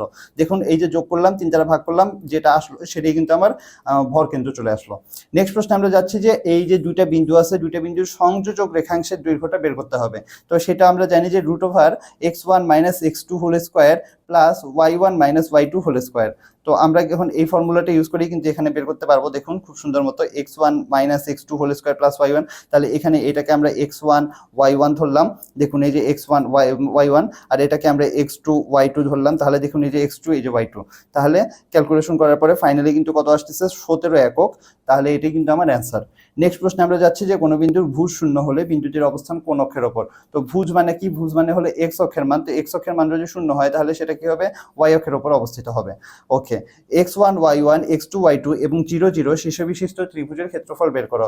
আমরা সূত্র জানি কি হাফ ইন্টু এই যে সুন্দর মতো x1, প্রথমে এই যে প্রথম স্থানাঙ্ক, দ্বিতীয় স্থানাঙ্ক, তৃতীয় স্থানাঙ্কগুলো লিখবো, লেখার পরে সাথে একটা করে 1 দিয়ে দিব, দেওয়ার পরে এখানে আমরা এটা ক্যালকুলেশন করলে আমরা এই বরাবর যদি বিস্তার করি তাহলে সহজ হবে, কারণ কি এখানে দুইটা জিরো আছে, তার মানে থাকলো শুধু 1, এবং 1 এর সাথে থাকবে কোনটা 1 যখন লিখবো এই যে এই কলাম এবং এই রো বাদ যায়, থাকবে হলো বাকি চারটা। তো বাকি চারটা এখানে লিখলাম, লেখার পরে আমরা কি করি এইভাবে গুণ করে দিই, তাহলে x1 y2 - x2 y1 এত বর্গ একক। ওকে, নেক্সট প্রশ্নে আমরা দেখতেছি যে চতুর্ভুজের ক্ষেত্রফল নির্ণয় করতে বলা হয়েছে, আগেরটার মধ্যে কিন্তু সেম একদম সিমিলার, আবার এটা অন্যভাবেও করা যায়। তাই এখানে অন্যভাবে আমরা কিভাবে করছি, এই যে তিনটা স্থানাঙ্ক, এই যে তিনটা স্থানাঙ্ক না চারটা স্থানাঙ্ক আমরা লিখলাম সিরিয়ালি, লেখার পরে প্রথম স্থানাঙ্কটাকে আবার আমরা রিপিট করছি। দেখুন এইভাবে যে কোনো একটা স্থানাঙ্ক মানে সিরিয়াল বাই লিখে আপনি প্রথমে যেটা লিখবেন সেটাকে আবার রিপিট করবেন, করার পরে আবার এখন কি করবেন, এই বরাবর গুণ করবেন যেগুলো সেগুলো হবে পজিটিভ, এবং এই বরাবর যেগুলো গুণ করবেন সেগুলো হবে নেগেটিভ। তাহলে দেখুন এই যে 2 × 4, এই যে দেখুন 2 × 2, তারপরে আসলো কত 3 × 4, তারপরে কত আসলো এই যে 8 × 6, আবার 7 × 4, আর মাইনাস হওয়ার সময় কি হবে 3 × 4, 8 × 2, 7 × 4 আর 2 × 6, এগুলো হবে মাইনাস। তাহলে এই যে ইন্টু হবে মাঝখানে, সবগুলো ক্যালকুলেশন করবেন, যোগ বিয়োগ করবেন, ফাইনালি আসলো 12 বর্গ একক। কেন বর্গ একক লিখলাম, কারণ ক্ষেত্রফল সবসময় বর্গ এককে প্রকাশ করতে হয়। নেক্সট প্রশ্নে আমরা যাচ্ছি, একটি ত্রিভুজের একটি শীর্ষ 5,4 এবং বিপরীত বাহুর মধ্যবিন্দু, এই যে দেখুন সুন্দর মতো এক্সপ্লানেশন আছে, বিপরীত বাহুর এই যে মধ্যবিন্দু -1 -2 হলে ত্রিভুজটির ভর কেন্দ্র নির্ণয় করতে বলা হয়েছে। তো ভর কেন্দ্র আমরা ধরে নিলাম এই যে জি বা এক্স, ওয়াই, ভর কেন্দ্র দ্বারা আপনারা জানেন যে মধ্যমা তিনটি যে বিন্দুতে সেট করে সেটাই হলো ভর কেন্দ্র। তাহলে এখন দেখুন শীর্ষবিন্দুগুলো আমরা ধরে নিলাম এ, এবং মধ্যবিন্দু ধরলাম ডি, ভর কেন্দ্র ধরলাম জি, সুন্দর মতো ধরে নিলাম। ধরার পরে তাহলে এখন কি হবে, আমরা জানি যে মধ্যমাকে ভর কেন্দ্র 2:1 অনুপাতে বিভক্ত করে, তার মানে এ জি আর জি ডি এই দুইটার অনুপাত হবে 2:1।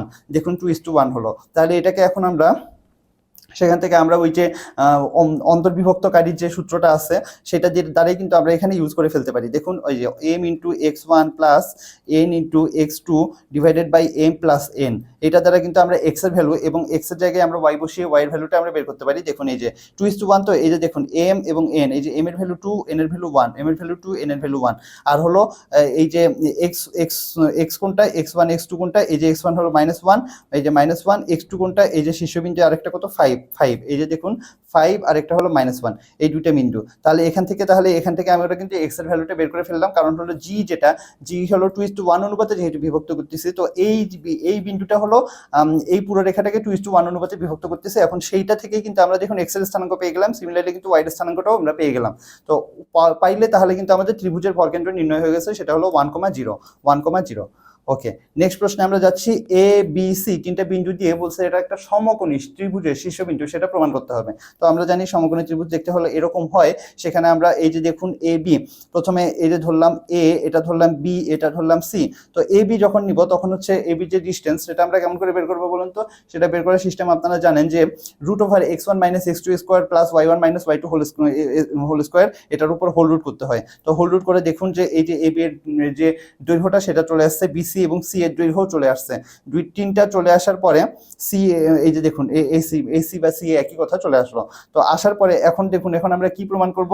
প্রমাণ করব যে এই যে অতিভুজ স্কোয়ার সমান হলো বাকি দুইটা বাহুর স্কোয়ার। তার মানে এটা স্কোয়ার করব না, এটা স্কোয়ার করলে কি এটা আসে না? আমরা দেখতেছি যে এটা এবং এটা স্কোয়ার করলে 160, এটা স্কোয়ার করলে 160 হবে, এটা স্কোয়ার করলে হবে 40, কারণ রুট ওভার গুলো চলে যাবে। দুইটা যোগ করলে কত হচ্ছে? 200, মানে এটা স্কোয়ার হচ্ছে। তার মানে এটা হলো অতিভুজ, তাই না? এটা হলো অতিভুজ বিসি, তার মানে এটা হবে হলো, এটা হলো বি, তাহলে এটা হবে এ। তাহলে এই যে এভাবে কিন্তু আমরা পিথাগোরাস উপপাদ্য যেহেতু এটা ফুলফিল করতেছে, আমরা জানি একমাত্র পিথাগোরাসের উপপাদ্য কিন্তু সমকোণী ত্রিভুজই ফুলফিল করে, অন্যরা কিন্তু করে না। তো দেখুন এই যে ক্যালকুলেশন করে, যেটা আমি একটু আগে বললাম যে এই যে এ বি, যেটা এই যে এই এ বি এবং এই যে এসি, এই দুটাকে স্কোয়ার করে, এই যে এসি এই দুটাকে স্কোয়ার করে দেখুন যে সুন্দর মতো 200 যে আসলো, যেটা হলো বিসি স্কোয়ার, মানে এই যে অতিভুজটা। তো এটা যদি হয় তাহলে আমরা বলতে পারি যে এটা একটা সমকোণী ত্রিভুজ। এখন আমরা সেই সঙ্গে সংক্ষিপ্ত প্রশ্ন শেষ, কি বলবো, অতি সংক্ষিপ্ত শেষ করলাম, সংক্ষিপ্ত প্রশ্ন সেগমেন্টে চলে আসলাম। তাহলে দেখুন সংক্ষিপ্ত প্রশ্নের প্রথম প্রশ্নটা, তিনটা বিন্দুর স্থানাঙ্ক সুন্দর মতো দেওয়া আছে, দিয়ে বলছে যে ত্রিভুজের ক্ষেত্রফল এত হবে, সেটা প্রুফ করো, দেখাও। তো ঠিক আছে, এটাও কিন্তু আমরা একদম সিম্পল অঙ্ক, আমরা ত্রিভুজের ক্ষেত্রফলের অনেকগুলো সূত্র আমরা দেখে আসছি। তো এখানে আমরা কোন সূত্র ইউজ করতেছি চলেন আমরা দেখি। প্রথমে আমরা শীর্ষবিন্দু তিনটা লিখে ফেললাম এবং তিনটার নাম দিয়ে দিলাম, নামগুলো এই যে এখানে অলরেডি দেওয়া আছে।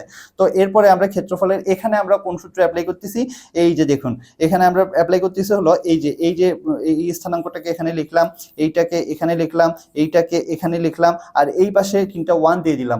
দেওয়ার পরে আমরা কি করব, এই সিরিজ বরাবর আমরা যদি এটা বিস্তৃতি করি, তাহলে কিন্তু আমরা দেখুন নির্ণায়কের বিস্তৃতি করলাম, এই সিরিজ বরাবর করলে কিন্তু আমরা দেখুন এই যে সুন্দর মতো, না আসলে সিরিজ বরাবর এখনো বিস্তৃতি করিনি, তার আগে আমরা কি করলাম, 0 করে দিব। 0 করে নিলে আরো সুবিধা হয় জিনিসটা। এই জন্য দেখুন এই যে রো 1 থেকে রো 2 কিন্তু মাইনাস করা হয়েছে, তাহলে 1 থেকে 1 মাইনাস করলে 0, এ মাইনাস বি, আর এটা বিসি মাইনাস সি, দেখুন সুন্দর মতো আসলো। সিমিলারলি 1 মাইনাস 1 মানে 0, মানে এখন রো 2 থেকে রো 3 আমরা করতেছি, ডিফারেন্স বের করতেছি, C A minus A B R B minus C, এই যে চলে আসলো। আসার পরে এখন আমরা এই রো বরাবর যদি বিস্তৃতি করি, তাহলে কি হবে, যখন আমরা এইটা নিব, বাকি দুইটা নিলে তো শূন্য শূন্যই আসে, তো কিছু করার দরকার নেই। নির্ণায়কের বিস্তৃতি আপনারা জানেন, এটা আপনারা চ্যাপ্টার 1-এ একদম শুরুতে আপনারা খুব সুন্দর মতো কিন্তু ডিটেইলসে পড়ানো আছে। আপনাদের কোনো কনফিউশন এখনো থেকে থাকলে ওই চ্যাপ্টারটা আপনারা অবশ্যই দেখে নেবেন, বিকজ ওই চ্যাপ্টারটা কিন্তু এই চ্যাপ্টারের এই যে কি বলে ক্ষেত্রফল নির্ণয়ের জন্য এটা কিন্তু একটা প্রিরিকুইজিট। তো যখন আমরা এইটা নিব, তখন আমরা জানেন যে এই কলাম এবং এই সারিটা বাদ যাবে, বাকি যে চারটা সেটা থাকবে। তো সেটাই আসলো। আসার পরে এখন এই যে এটা গুণ হবে, এটা গুণ হবে, গুণ করার পরে গুণ আমরা না করে আমরা আরো সহজ করতে পারি কি, এই যে এখানে আছে এ মাইনাস বি, এখানেও কিন্তু কমন নেওয়া যাচ্ছে, কোনটা, সি কমন নিলে কিন্তু এ মাইনাস বি থাকতেছে, একটা মাইনাস সামনে একটা মাইনাস আসবে আর কি। এখানে বি মাইনাস সি, এখানেও বি মাইনাস সি কিন্তু কমন নিলে সামনে একটা মাইনাস দিয়ে কিন্তু খুব সুন্দর মতো চলে আসতেছে। তাহলে দেখুন এই যে সুন্দর মতো এখানে চলে আসলো, সেটা আমরা কমন নিয়ে লিখে ফেলছি। ওকে, তো কমন নিয়ে লেখার পরে এখন আমরা কি করব, এই যে করে ফেলবো, গুণ করে ফেললাম। গুণ করে ফেলার পরে দেখুন সুন্দর মতো কত আসলে, A minus B, B minus C into C minus A. তাহলে আমাদের কিন্তু প্রমাণ করতে বলছিল সেটাই, half into A minus B into B minus C into C minus A, সেটা আমরা দেখাইছি। তার মানে আমাদের অঙ্ক এখানে ফিনিশড। নেক্সট প্রশ্নে আমরা যাই। দেখাতে বলছে তিনটা বিন্দু দিয়ে একটা সমকোণী ত্রিভুজের শীর্ষবিন্দু এবং ক্ষেত্রফল নির্ণয় করো। তো তিনটা সমকোণী, এই যে তিনটা বিন্দু আমরা এখানে কিন্তু রিপ্রেজেন্ট করছি, এ বি এবং সি কে। রিপ্রেজেন্ট করার পরে আমরা এটা কেমন করে বুঝবো এটা একটা সমকোণী ত্রিভুজ, তিনটার আমরা দৈর্ঘ্য বের করতে পারি। দৈর্ঘ্য বের করার পরে আমরা দেখতে পারি যে অতিভুজ স্কোয়ার সমান অন্য বাহু দুইটার স্কোয়ার হয় কিনা, মানে পিথাগোরাসের উপপাদ্য ফলো করে কিনা। যদি ফলো করে তাহলে এটা কিন্তু সমকোণী ত্রিভুজ।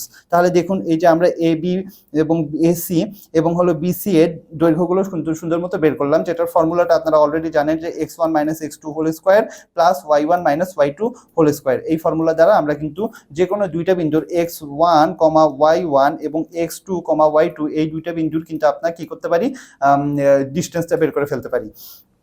তো এই পর্যন্ত হওয়ার পরে এখন আমরা কি করব, দেখবো যে স্কোয়ার করে যোগ করে হয় কিনা। দেখুন আমরা একটু আগে যেটা বের করছি সেখান থেকে আমরা বুঝতে পারতেছি যে এবি এবং এসি এই দুইটাকে যদি স্কোয়ার করি, এই যে এবি এবং এসি দুইটাকে স্কোয়ার করলে দেখুন 40 এবং 160 দুইটা যোগ করলে কিন্তু 200 আসে, যেটা হলো বিসি স্কোয়ার এর সমান। তার মানে কি হচ্ছে, এই যে বিসিটা হলো এটা অতিভুজ হচ্ছে। তার মানে এই যে এই দুইটার কি বলে বর্গের যোগফল এটা যদি সমান হয়, তার মানে এটা আমরা এখান থেকে বলতে পারতেছি যে এটা পিথাগোরাসের উপপাদ্য ফলো করতেছে। তার মানে এটা একটা সমকোণী ত্রিভুজ, সমকোণী ত্রিভুজের শীর্ষবিন্দু এই তিনটা। তাহলে এখন বলছে এটার ক্ষেত্রফল নির্ণয় করে। ক্ষেত্রফলের সূত্র একদম সিম্পল, হাফ ইন্টু ভূমি ইন্টু উচ্চতা, সেটা দিয়ে আমরা কিন্তু এখানে বের করে ফেলতে পারি, তাই না। তা হাফ ইন্টু ভূমি ইন্টু উচ্চতা, ভূমি কোণটা এখানে এ বি এবং উচ্চতা হলো এসি। আমরা জাস্ট এই যে ভ্যালুগুলো একটু আগে বের করছি, জাস্ট ক্যালকুলেশন করবো, করার পরে দেখুন এই যে √10 এবং √10 দুইটা মিলে কত আসলো, জাস্ট 10 আসলো, তাই না। √2টা এবং উঠে যাবে, আর 4 দুগুণে কত 8, এটাও 2 এর 2 কাটা গেল, তাহলে 4 × 40 বর্গ একক। তো আমাদের অঙ্ক শেষ। নেক্সট প্রশ্নে আমরা যাচ্ছি যে আপনার দুইটা বিন্দু এখানে দিয়ে বলছে যে এই সংযোগ রেখাকে এক্স অক্ষ যে অনুপাতে বিভক্ত করে সেই অনুপাতে নির্ণয় করো। এই যে দেখুন এটা হলো এক্স অক্ষ, এই দুইটা বিন্দুকে এক্স অক্ষ কোন অনুপাতে বিভক্ত করছে, এই যে একটা বিন্দু এই একটা বিন্দু কি অনুপাতে বিভক্ত করছে সেটা আমাদের বের করতে হবে, এবং তার এই যে এক্স অক্ষ এই জায়গায় এটাকে সেট করছে, তাই না? তো এই জায়গায় যে সেট করছে এটাকে এখানে আপনার m/n যদি আমরা অনুপাত ধরি তাহলে এখানে m/nটাকে আমাদের বের করতে হবে, এবং তার সঙ্গে সঙ্গে আমাকে বের করতে হবে যে এই স্থানাঙ্কটার ভুজ কত। তাহলে চলুন আমরা সেটা কিভাবে লিখবো, আমরা ধরে নিলাম যে m/n অনুপাতে সেটা বিভক্ত করে ধরলাম এ পাশে m এ পাশে n। ওকে, এখন তাহলে সেই অনুসারে আমরা জানি যে m x1 + n x2 divided by m + n সমান হবে কি আমার x অক্ষের স্থানাঙ্ক। ওকে, এবং যখন আমরা y অক্ষের স্থানাঙ্ক নিব তখন কি করব, m/y1 + n/y2 divided by m + n। তাহলে দেখুন এক্স অক্ষের ওপর ওয়াই অক্ষর মানে ওয়াই এর ভ্যালু বা কোটির ভ্যালু কিন্তু সবসময় শূন্য হয়, তাই না? এটার উপর কিন্তু কোটির ভ্যালু, কোটি কিন্তু এই ভ্যালুগুলো, তো কোটির ভ্যালু সবসময় আমি দেখতেছি যে শূন্য হবে। তার মানে এটা এক্স এর ভ্যালু যাই হোক না কেন বা ভুজের ভ্যালু যাই হোক না কেন, আমার কোটির ভ্যালু যেহেতু 0 হবে, তো আমি কোটিটাকে আগে ক্যালকুলেশন করলাম। তাহলে দেখুন m/y1 + n/y2 divided by m + n, এই ভ্যালুটা আমরা এখানে m এবং n এর ভ্যালুটা আমাদের দরকার। এবং দেখুন y1 আর y2 কোনটা হবে, y1 হলো 7, y2 হলো -10, বা উল্টাও করে ফেলতে পারেন, আপনি এটাকে -10 আগে লিখে 7 পরে লিখতে পারেন। লেখার পরে এটা সমান হলো y অক্ষের ভ্যালু কত 0, তো 0 লিখলাম। লেখার পরে সেখান থেকে কিন্তু আমরা m এবং n এর মধ্যে একটা সম্পর্ক চলে আসলো। দেখুন এক পাশে নিয়ে আসলাম, নিয়ে আসার পরে আমরা কি করলাম, ডিভাইড করলাম। ডিভাইড করলে কিন্তু আমরা মানে পক্ষান্তর করলাম, পক্ষান্তর করলে কিন্তু আমরা m/n সমান 7/10 পেলাম। তার মানে আমাদের কিন্তু অনুপাত কি অনুপাতে এটা বিভক্ত করা হয়েছে সেটা আমাদের চলে আসছে। এখন এই বিন্দুটার ভুজ বের করতে বলছে, তো ভুজ বের করার জন্য আমরা m এবং n এর ভ্যালু এখন আমরা পারি জানি। এখন আমরা কিন্তু এই যে কোনটা দিয়ে m/x1 + n/x2 divided by m + n, এইটা দ্বারা কিন্তু আমাদের x এর ভ্যালুটা আমরা বের করে ফেলতে পারবো। তো দেখুন এই যে x = m এই যে এটাকে আমরা x1 ধরছি এবং এটাকে আমরা x2 ধরছি, মানে ভুজের ভ্যালুগুলোকে আমরা এখানে বসাইছি এবং m এবং n এর ভ্যালু একটু আগে বের করছি আমরা 7 এবং 10। তো ক্যালকুলেশন করে চলে আসলো কত, এটা 35/17। তো 35/17 যদি আসে তাহলে আমাদের কিন্তু ভুজ যেটা সেটাও আমরা পেয়ে গেছি এবং অনুপাত কোনটা সেটাও আমরা পেয়ে গেছি। তো দেখুন প্রশ্ন কিন্তু একটার সাথে অনেকগুলো থাকতে পারে, তো আপনারা অবশ্যই প্রশ্ন সবগুলো আনসার লিখছেন কিনা সেটা কিন্তু খেয়াল করে দেখবেন। নেক্সট প্রশ্নে আমরা যাচ্ছি যে একটি বৃত্তের ব্যাসার্ধ দেয়া আছে, কেন্দ্রের স্থানাঙ্ক দেয়া আছে, এবং যে জ্যা 5,2 বিন্দুতে, এই যে জ্যাটা 5,2 বিন্দুতে সমদ্বিখণ্ড হইছে তার দৈর্ঘ্য নির্ণয় করো। তো এই জ্যাটার দৈর্ঘ্য বের করতে বলছে, বৃত্তের ব্যাসার্ধ এই যে 5 সেটাও দেয়া আছে, এবং কেন্দ্রের স্থানাঙ্ক 3,4ও দেয়া আছে। তাহলে ঠিক আছে, আমরা এখন সবগুলো আমরা লিখে ফেললাম, জিনিসটা এক্সপ্লানেশনটা লিখে ফেললাম। লিখে ফেলার পরে আমরা ব্যাসার্ধ যে এসি আমরা ধরছি, কারণ আমরা এখানে কিন্তু নাম দিয়ে দিচ্ছি যে এইটা হলো সি বিন্দু, এটা হলো এ বিন্দু, তা আমরা ধরলাম যে ব্যাসার্ধ এসি সমান 5, এবং সিডি দেখুন এইটার ভ্যালু এবং এটার ভ্যালু দুইটারই কিন্তু স্থানাঙ্ক আমরা জানি। স্থানাঙ্ক জানলে আমরা √x1 - x2 whole square plus y1 - y2 whole square দিয়ে কিন্তু খুব সহজে দূরত্বটা বের করতে পারি। এই সূত্রটা কিন্তু ভেরি ভেরি ইম্পর্টেন্ট। এই দূরত্ব সূত্রটা আপনারা দেখতেছেন যে বারবার কাজে লাগতেছে, ইভেন আপনার সামনের চ্যাপ্টারগুলোতেও কিন্তু এই সূত্রটা কাজে লাগবে। তো এই জন্য এই সূত্রটা ভালো করে মনে রাখবেন, আপনাদের যে কোনো সময় কিন্তু আপনারা এই সূত্রটা আপনাদের অনেক কাজে দিবে, বা আপনাদের লাইফে বিভিন্ন সময় এই সূত্রটা অনেক কাজে দিবে। শুধু যে ম্যাথে করবেন তা না, আপনার ফিজিক্সের ক্ষেত্রে বা অন্যান্য বিভিন্ন ক্ষেত্রে, ইঞ্জিনিয়ারিং এর ক্ষেত্রে মাঝে মধ্যে কিন্তু এই সূত্রটা আপনার অ্যাপ্লাই করে লাগতে পারে। তো ঠিক আছে, এখন আমরা তাহলে কি করলাম, সেখান থেকে সিডি এর যে দৈর্ঘ্যটা সেটা আমরা বের করে ফেললাম। সিডি এর দৈর্ঘ্যটা যদি আমরা বের করে ফেলতে পারি তাহলে আমরা এই যে এখান থেকে ইজিলি বুঝতে পারতেছি যে এটা একটা, আমরা জানি যে একটা কি বলে জ্যায়ের উপরে যদি জ্যা এবং এই যে এখানে যদি এটা হলো কি হয় ব্যাসার্ধ হয়, তাহলে সেটা হলো যদি আপনার সমদ্বিখণ্ডিত হয়, জ্যাটা সমদ্বিখণ্ডিত হলে তাহলে এটা একটা লম্ব হয়। লম্ব যদি হয় জ্যা এবং এই যে জ্যায়ের মধ্যবিন্দু এবং আপনার কি বলে যে কেন্দ্র, সেটা কিন্তু একটা লম্ব হয়। তাহলে যদি লম্ব হয় তাহলে এটা একটা 90 ডিগ্রি, তার মানে এটা একটা সমকোণী ত্রিভুজ। তার যদি সমকোণী ত্রিভুজ হয় তাহলে আমরা ইজিলি বুঝতে পারতেছি যে AC² সমান AD² যোগ DC²। এখানে কিন্তু আমরা DC এর ভ্যালু একটু আগে বের করছি এবং AC এর ভ্যালু কিন্তু দেওয়া আছে 5। তো সেখান থেকে আমরা কিন্তু AD এর ভ্যালুটা পেয়ে যাব। এখন যদি AD এর ভ্যালুটা পাই তাহলে এই পুরো জ্যাটার দৈর্ঘ্য কি হবে, AD এর দৈর্ঘ্যের পুরোটা, তাই না? কারণ এটা সমদ্বিখণ্ডিত মানে অর্ধেক, তার মানে পুরোটা হবে কি ডাবল, গুণ করে ফেললেই হবে। তাহলে দেখুন আমরা AD এর ভ্যালুটা আমরা আগে বের করে নিলাম পিথাগোরাসের উপপাদ্য দিয়ে, আসলো হলো 17। তো AD যদি √17 আসে তাহলে আমাদের ফুল মানে AB যেটা সেটা কি হবে 2 × AD, তার মানে 2 √17 একক। তাহলে কিন্তু আমার অ্যান্সার কমপ্লিট। নেক্সট প্রশ্ন আমরা দেখি 7,5 এবং -2, -1 বিন্দু দুটি সংযোগ রেখা সমত্রিখণ্ডক বিন্দুর স্থানাঙ্ক। সমত্রিখণ্ডক মানে এখানে কিন্তু এই যে দেখুন এই যে একটা পার্ট, এই যে দুইটা পার্ট এবং একটা তিনটা পার্টে বিভক্ত করা হয়েছে এম এন ও আমরা ধরলাম যদি হয়, তাহলে এখানে কিন্তু দুইটা বিন্দু থাকবে আর কি, তাই না? আর সমদ্বিখণ্ডক হলে কি করতাম, মানে সমদ্বিখণ্ডক হলে কিন্তু একটা বিন্দু দিয়ে দুই ভাগে ভাগ করতো, কিন্তু সমত্রিখণ্ডক মানে এই যে নির্দিষ্ট দূরত্ব পরপর এম এটাও এম তিনটাই, কারণ সমত্রিখণ্ডক যেহেতু এই জন্য কিন্তু তিনটাই সেম, এবং এটা হলো 0 থাকবে। তাহলে দেখুন প্রদত্ত বিন্দু দুইটা কি সেটা আমরা লিখে ফেললাম, এবং দেখুন সমান 3 ভাগে বিভক্ত করে আমরা জিনিসটা এক্সপ্লেনেশন করে দিলাম। দিলে এখন কি হবে, তিনটার যে অনুপাত সেটা কি হবে 1:1:1। আপনারা m যদি লেখেন, মনে করেন m যদি আপনারা লেখেন, তাহলে কিন্তু কাটাকাটি করে সবকিছু কিন্তু 1:1:1ই থাকলো, তাই না? এই জন্য এখানে 1:1:1 আমরা লিখলাম, এবং নামগুলো আমরা কি দিয়ে দিচ্ছি দেখুন, এসি সিডি ডিবি দিচ্ছি, তাই না? তাহলে এসি, তারপরে এই যে এইটাকে আমরা ধরলাম হলো ডি, এবং এটাকে আমরা ধরলাম বি। তো এখন সেখানে আমরা তাহলে সেখান থেকে বলতে পারি যখন এ সি আর সি বি নিব তখন এটা হলো 1 এবং এই পুরোটা হলো 2। আবার যখন এদিক থেকে নিব তখন এ ডি, এই যে এ ডি এই পুরোটা হলো 2 এবং ডিবি এটা হলো 1। তো এখান থেকে কিন্তু আমরা ক্যালকুলেশন করে 2:1 অনুপাতে এবং 1:2 অনুপাতে কিন্তু এটা অন্তর্বিভক্ত করতেছে। অন্তর্বিভক্তের ফর্মুলা অনুসারে আমরা কিন্তু এখান থেকে x এবং y এর ভ্যালু, x2 y2 ভ্যালু সবগুলো ভ্যালু কিন্তু আমরা এখানে বের করে ফেলতে পারি। তাহলে এই যে কোনটা দ্বারা বলুন তো, m × x1 + n × x2 divided by m + n, এবং যখন y নিব তখন এটা y1 y2 হয়ে যাবে। তো এটা কিন্তু একটা ভেরি ইম্পর্টেন্ট সূত্র। এই সূত্রটাও আপনাদের ভালো মতো জানতে হবে যে অন্তর্বিভক্ত এবং বহির্বিভক্ত করার অনুপাতের যে সূত্রটা সেটা। এখানে m এবং n কিন্তু প্রত্যেক ক্ষেত্রে এখানে 1 আমরা দেখতেছি, তাই না? তার মানে আমরা এখানে কিন্তু এটা খুব ইজিলি কিন্তু আমরা এইখান থেকে বের করে ফেলতে পারবো। ওকে, নেক্সট প্রশ্ন আমরা দেখি যে কোটি হলো ভুজের দ্বিগুণ এবং দূরত্ব হলো 4,3 হতে √10 একক হলে তাহলে বিন্দুটির স্থানাঙ্ক কি হবে? তাহলে আমরা ধরে নিলাম বিন্দুটার ভুজ হলো x। তা ভুজ যদি x হয় তাহলে কোটি কি হবে? ভুজের দ্বিগুণ মানে 2x। তাহলে দেখুন এখন এই দূরত্ব 4,3 হতে, মানে এই যে এখানে এই যে 4,3 কোথায় হবে? 4,3 একটা বিন্দু হলো 4,3 হতে √10 একক দূরত্ব হবে, মানে এই যে এইটা মনে করেন আমাদের সেই x, y বিন্দুটা। তো এই যে এই দূরত্বটা সেটা কত হবে? √10 একক হবে, এবং বলছে যে এইটার কোটি হবে ভুজের দ্বিগুণ, তার মানে এটার স্থানাঙ্ক কি হবে? x এবং 2x, তাই না? কারণ y এর ভ্যালুটা এখানে 2x। তো এখান থেকে আমরা দেখুন এই যে স্থানাঙ্ক যেটা সেটা আমরা লিখে ফেললাম x এবং 2x, এবং দূরত্ব এই দুটার দূরত্ব কিন্তু আমরা সেখান থেকে খুব ইজিলি বের করতে পারবো, কারণ x 2x একটা বিন্দু এবং 4,3 একটা বিন্দু। তো আমরা জানি যে √x1 - x2 whole square plus y1 - y2 whole square, এটাকে হোল রুট করলে কিন্তু আমরা দূরত্ব পেয়ে যাই।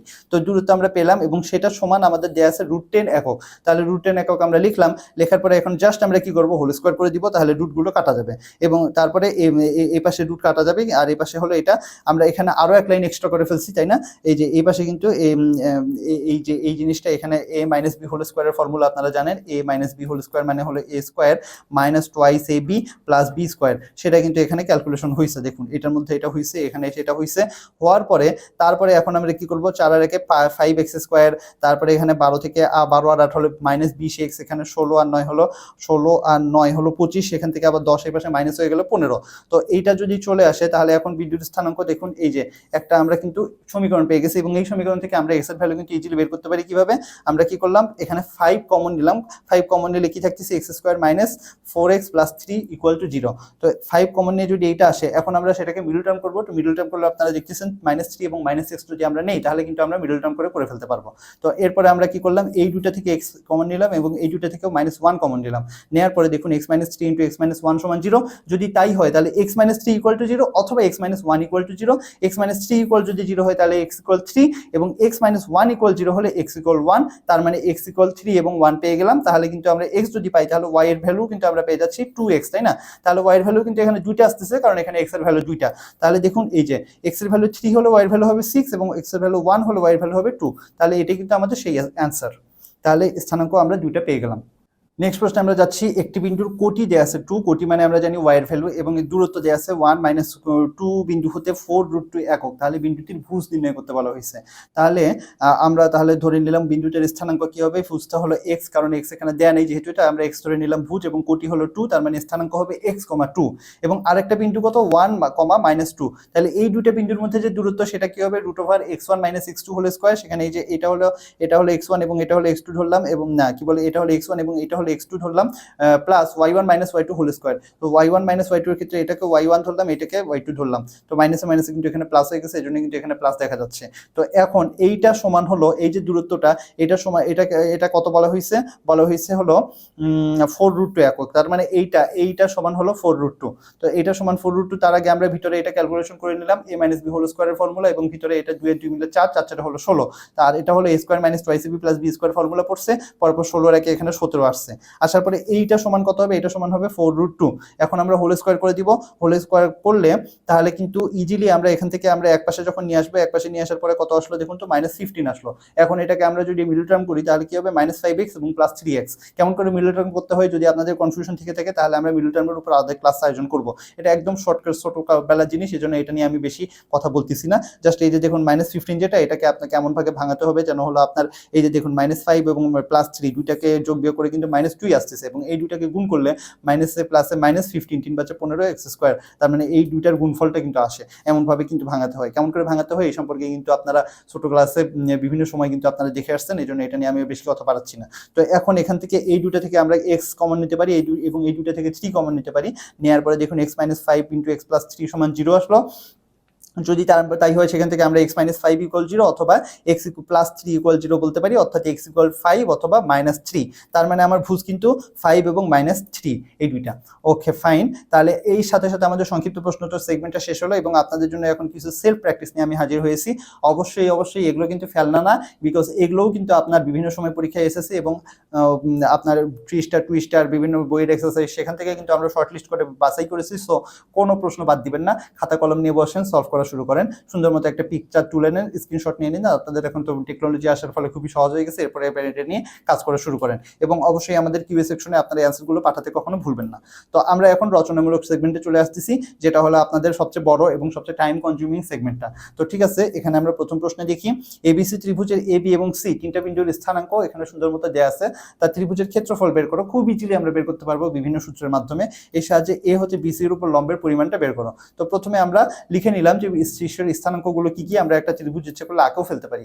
আঁকার পরে এখানে কিন্তু সুন্দর মতো বলেও দিতে পারি a - 2,5 b c, এভাবে কিন্তু আমরা সবগুলো স্থানাঙ্ক করে সুন্দরভাবে বসাই দিতে পারি যদি আমাদের হাতে টাইম থাকে সেক্ষেত্রে। ওকে, লেখার পরে এখন তারপরে আমরা কি করলাম, স্থানাঙ্কটা বের করবো, এবং তার আগে আমরা এ হতে বি সি এর উপরে আমরা একটা এডি লম্ব অঙ্কন করতেছি। তো লম্ব যদি অঙ্কন করি, তারপরে এখন আমরা ক্ষেত্রফলটা আমরা বের করে নেই। দেখি ক্ষেত্রফল, এই যে আমরা প্রথমে এই তিনটা যে স্থানাঙ্ক সেই তিনটা আমরা লিখলাম, এই যে সুন্দর মতো লিখলাম, এবং সাইড বরাবর 1 লিখলাম। এরপরে কি করলাম, এই দুইটা মাইনাস করলাম, মানে রো মাইনাস করলাম, করলে এখানে আসলো 0, এখানে আসলো 0। এই যে এখানে সুন্দরভাবে এক্সপ্লানেশন আছে যে আমরা এখানে কিভাবে রোটা কোনটা থেকে কোনটা মাইনাস করছি। এরপরে দেখুন আমরা এখন এই কলাম বরাবর যদি বিস্তৃতি করি, এই দুইটা তো 0 তো বাদ, তারপরে আমরা যখন শুধু 1 নিব তখন এই পার্টটা বাদ যায়, শুধু এইটা থাকবে। এরপরে এই যে দেখুন শুধু এটা থাকলো। এখন এই দুইটা গুণ মাঝখানে মাইনাস চিহ্ন, সবকিছু করার পরে ফাইনালি কিন্তু 19/2 আসতেছে আমাদের অ্যান্সার। তাহলে আমাদের কিন্তু এই ত্রিভুজ এবিসির যে ক্ষেত্রফল, আমাদের কিন্তু প্রশ্নের একটা পার্ট আমরা শেষ করে ফেলছি, বাট এখনো কিন্তু আমাদের অঙ্ক শেষ হয়নি। এখন আমাদের বলছে এ হচ্ছে বিসির উপর যে লম্ব, যেটা এই লম্বটার পরিমাণটা আমাদের নির্ণয় করতে বলা হয়েছে। তো আমরা দেখুন এ হতে বিসি বাহুর উপর লম্বের পরিমাণের আগে আমরা বিসি এর যে দৈর্ঘ্যটা সেটা আমরা বের করে নিলাম। কত? বিসি এর জন্য এই যে বি এবং সি এর স্থানাঙ্ক আমরা জানি, তো দুইটা বিন্দুর স্থানাঙ্ক থাকলে কিভাবে বের করতে হয় দূরত্ব, সেটা আমরা খুব আগেই জানি যে √(x1 - x2) whole square plus y1 - y2 whole square whole root.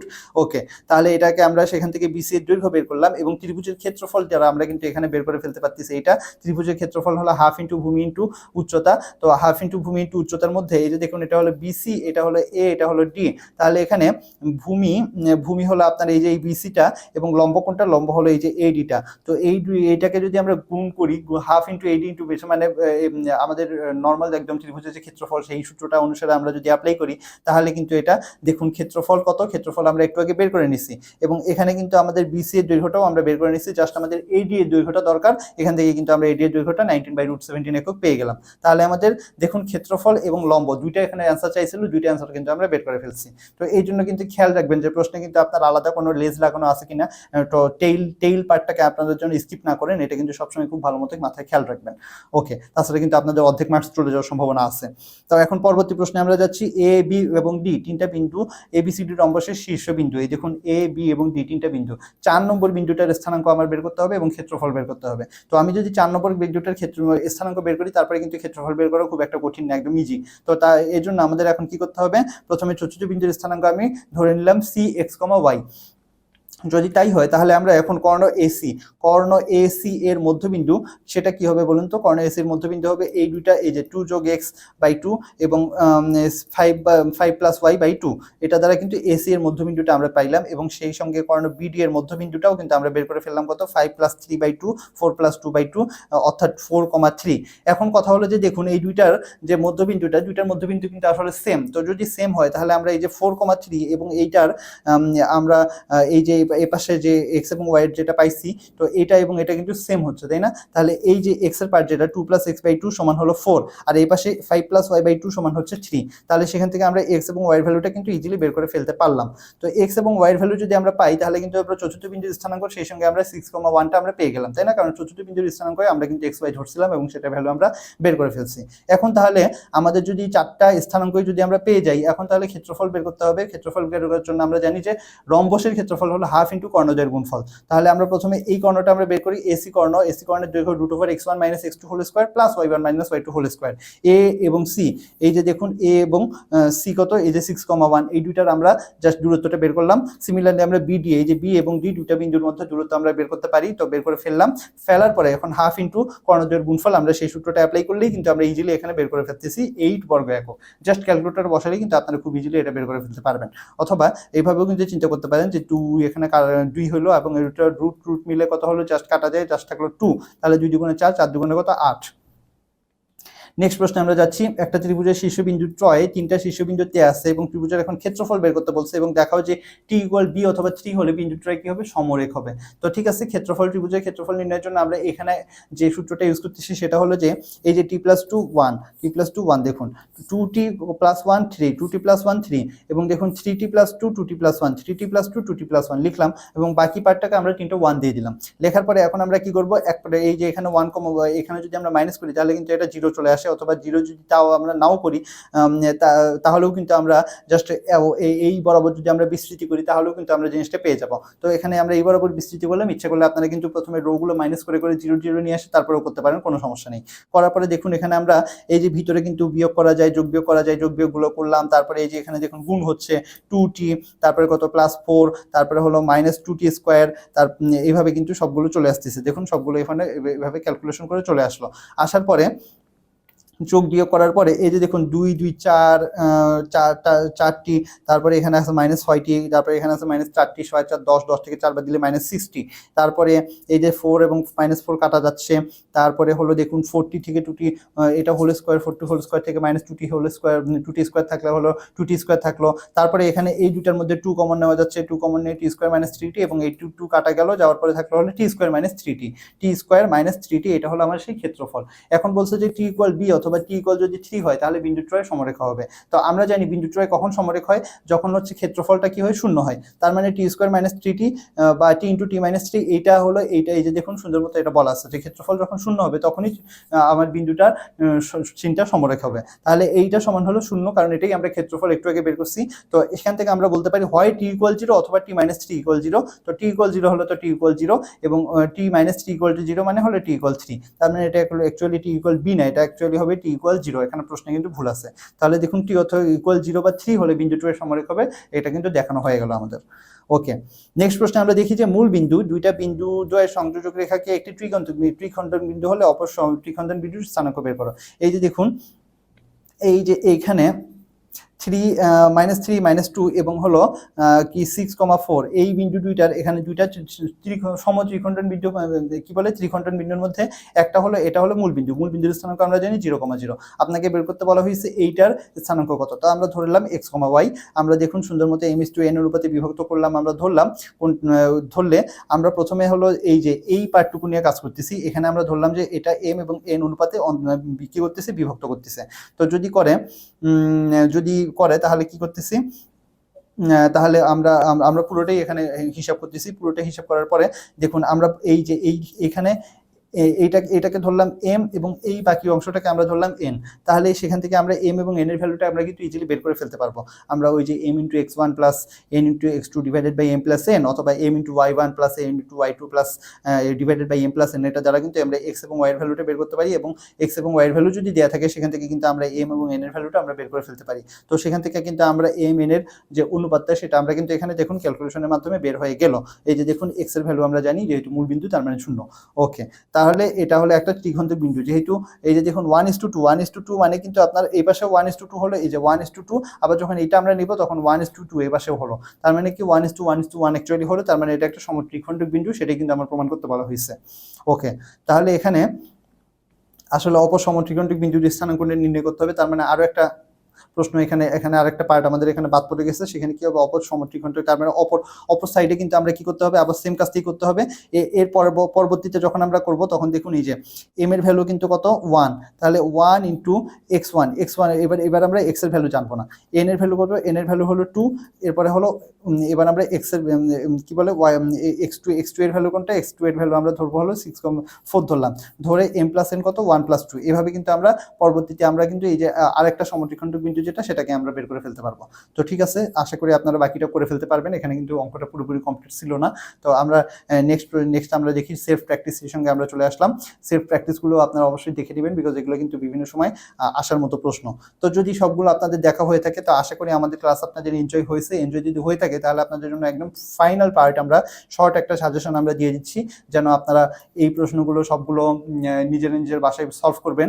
Because খালি মানে জাস্ট অঙ্ক টিচার করে দিল এবং সেটা আপনারা দেখলেন, দেখে সেটা প্র্যাকটিস করলেন, সেভাবে কিন্তু হবে না। তাতে কিন্তু আপনার অঙ্কটা শেখা হবে না।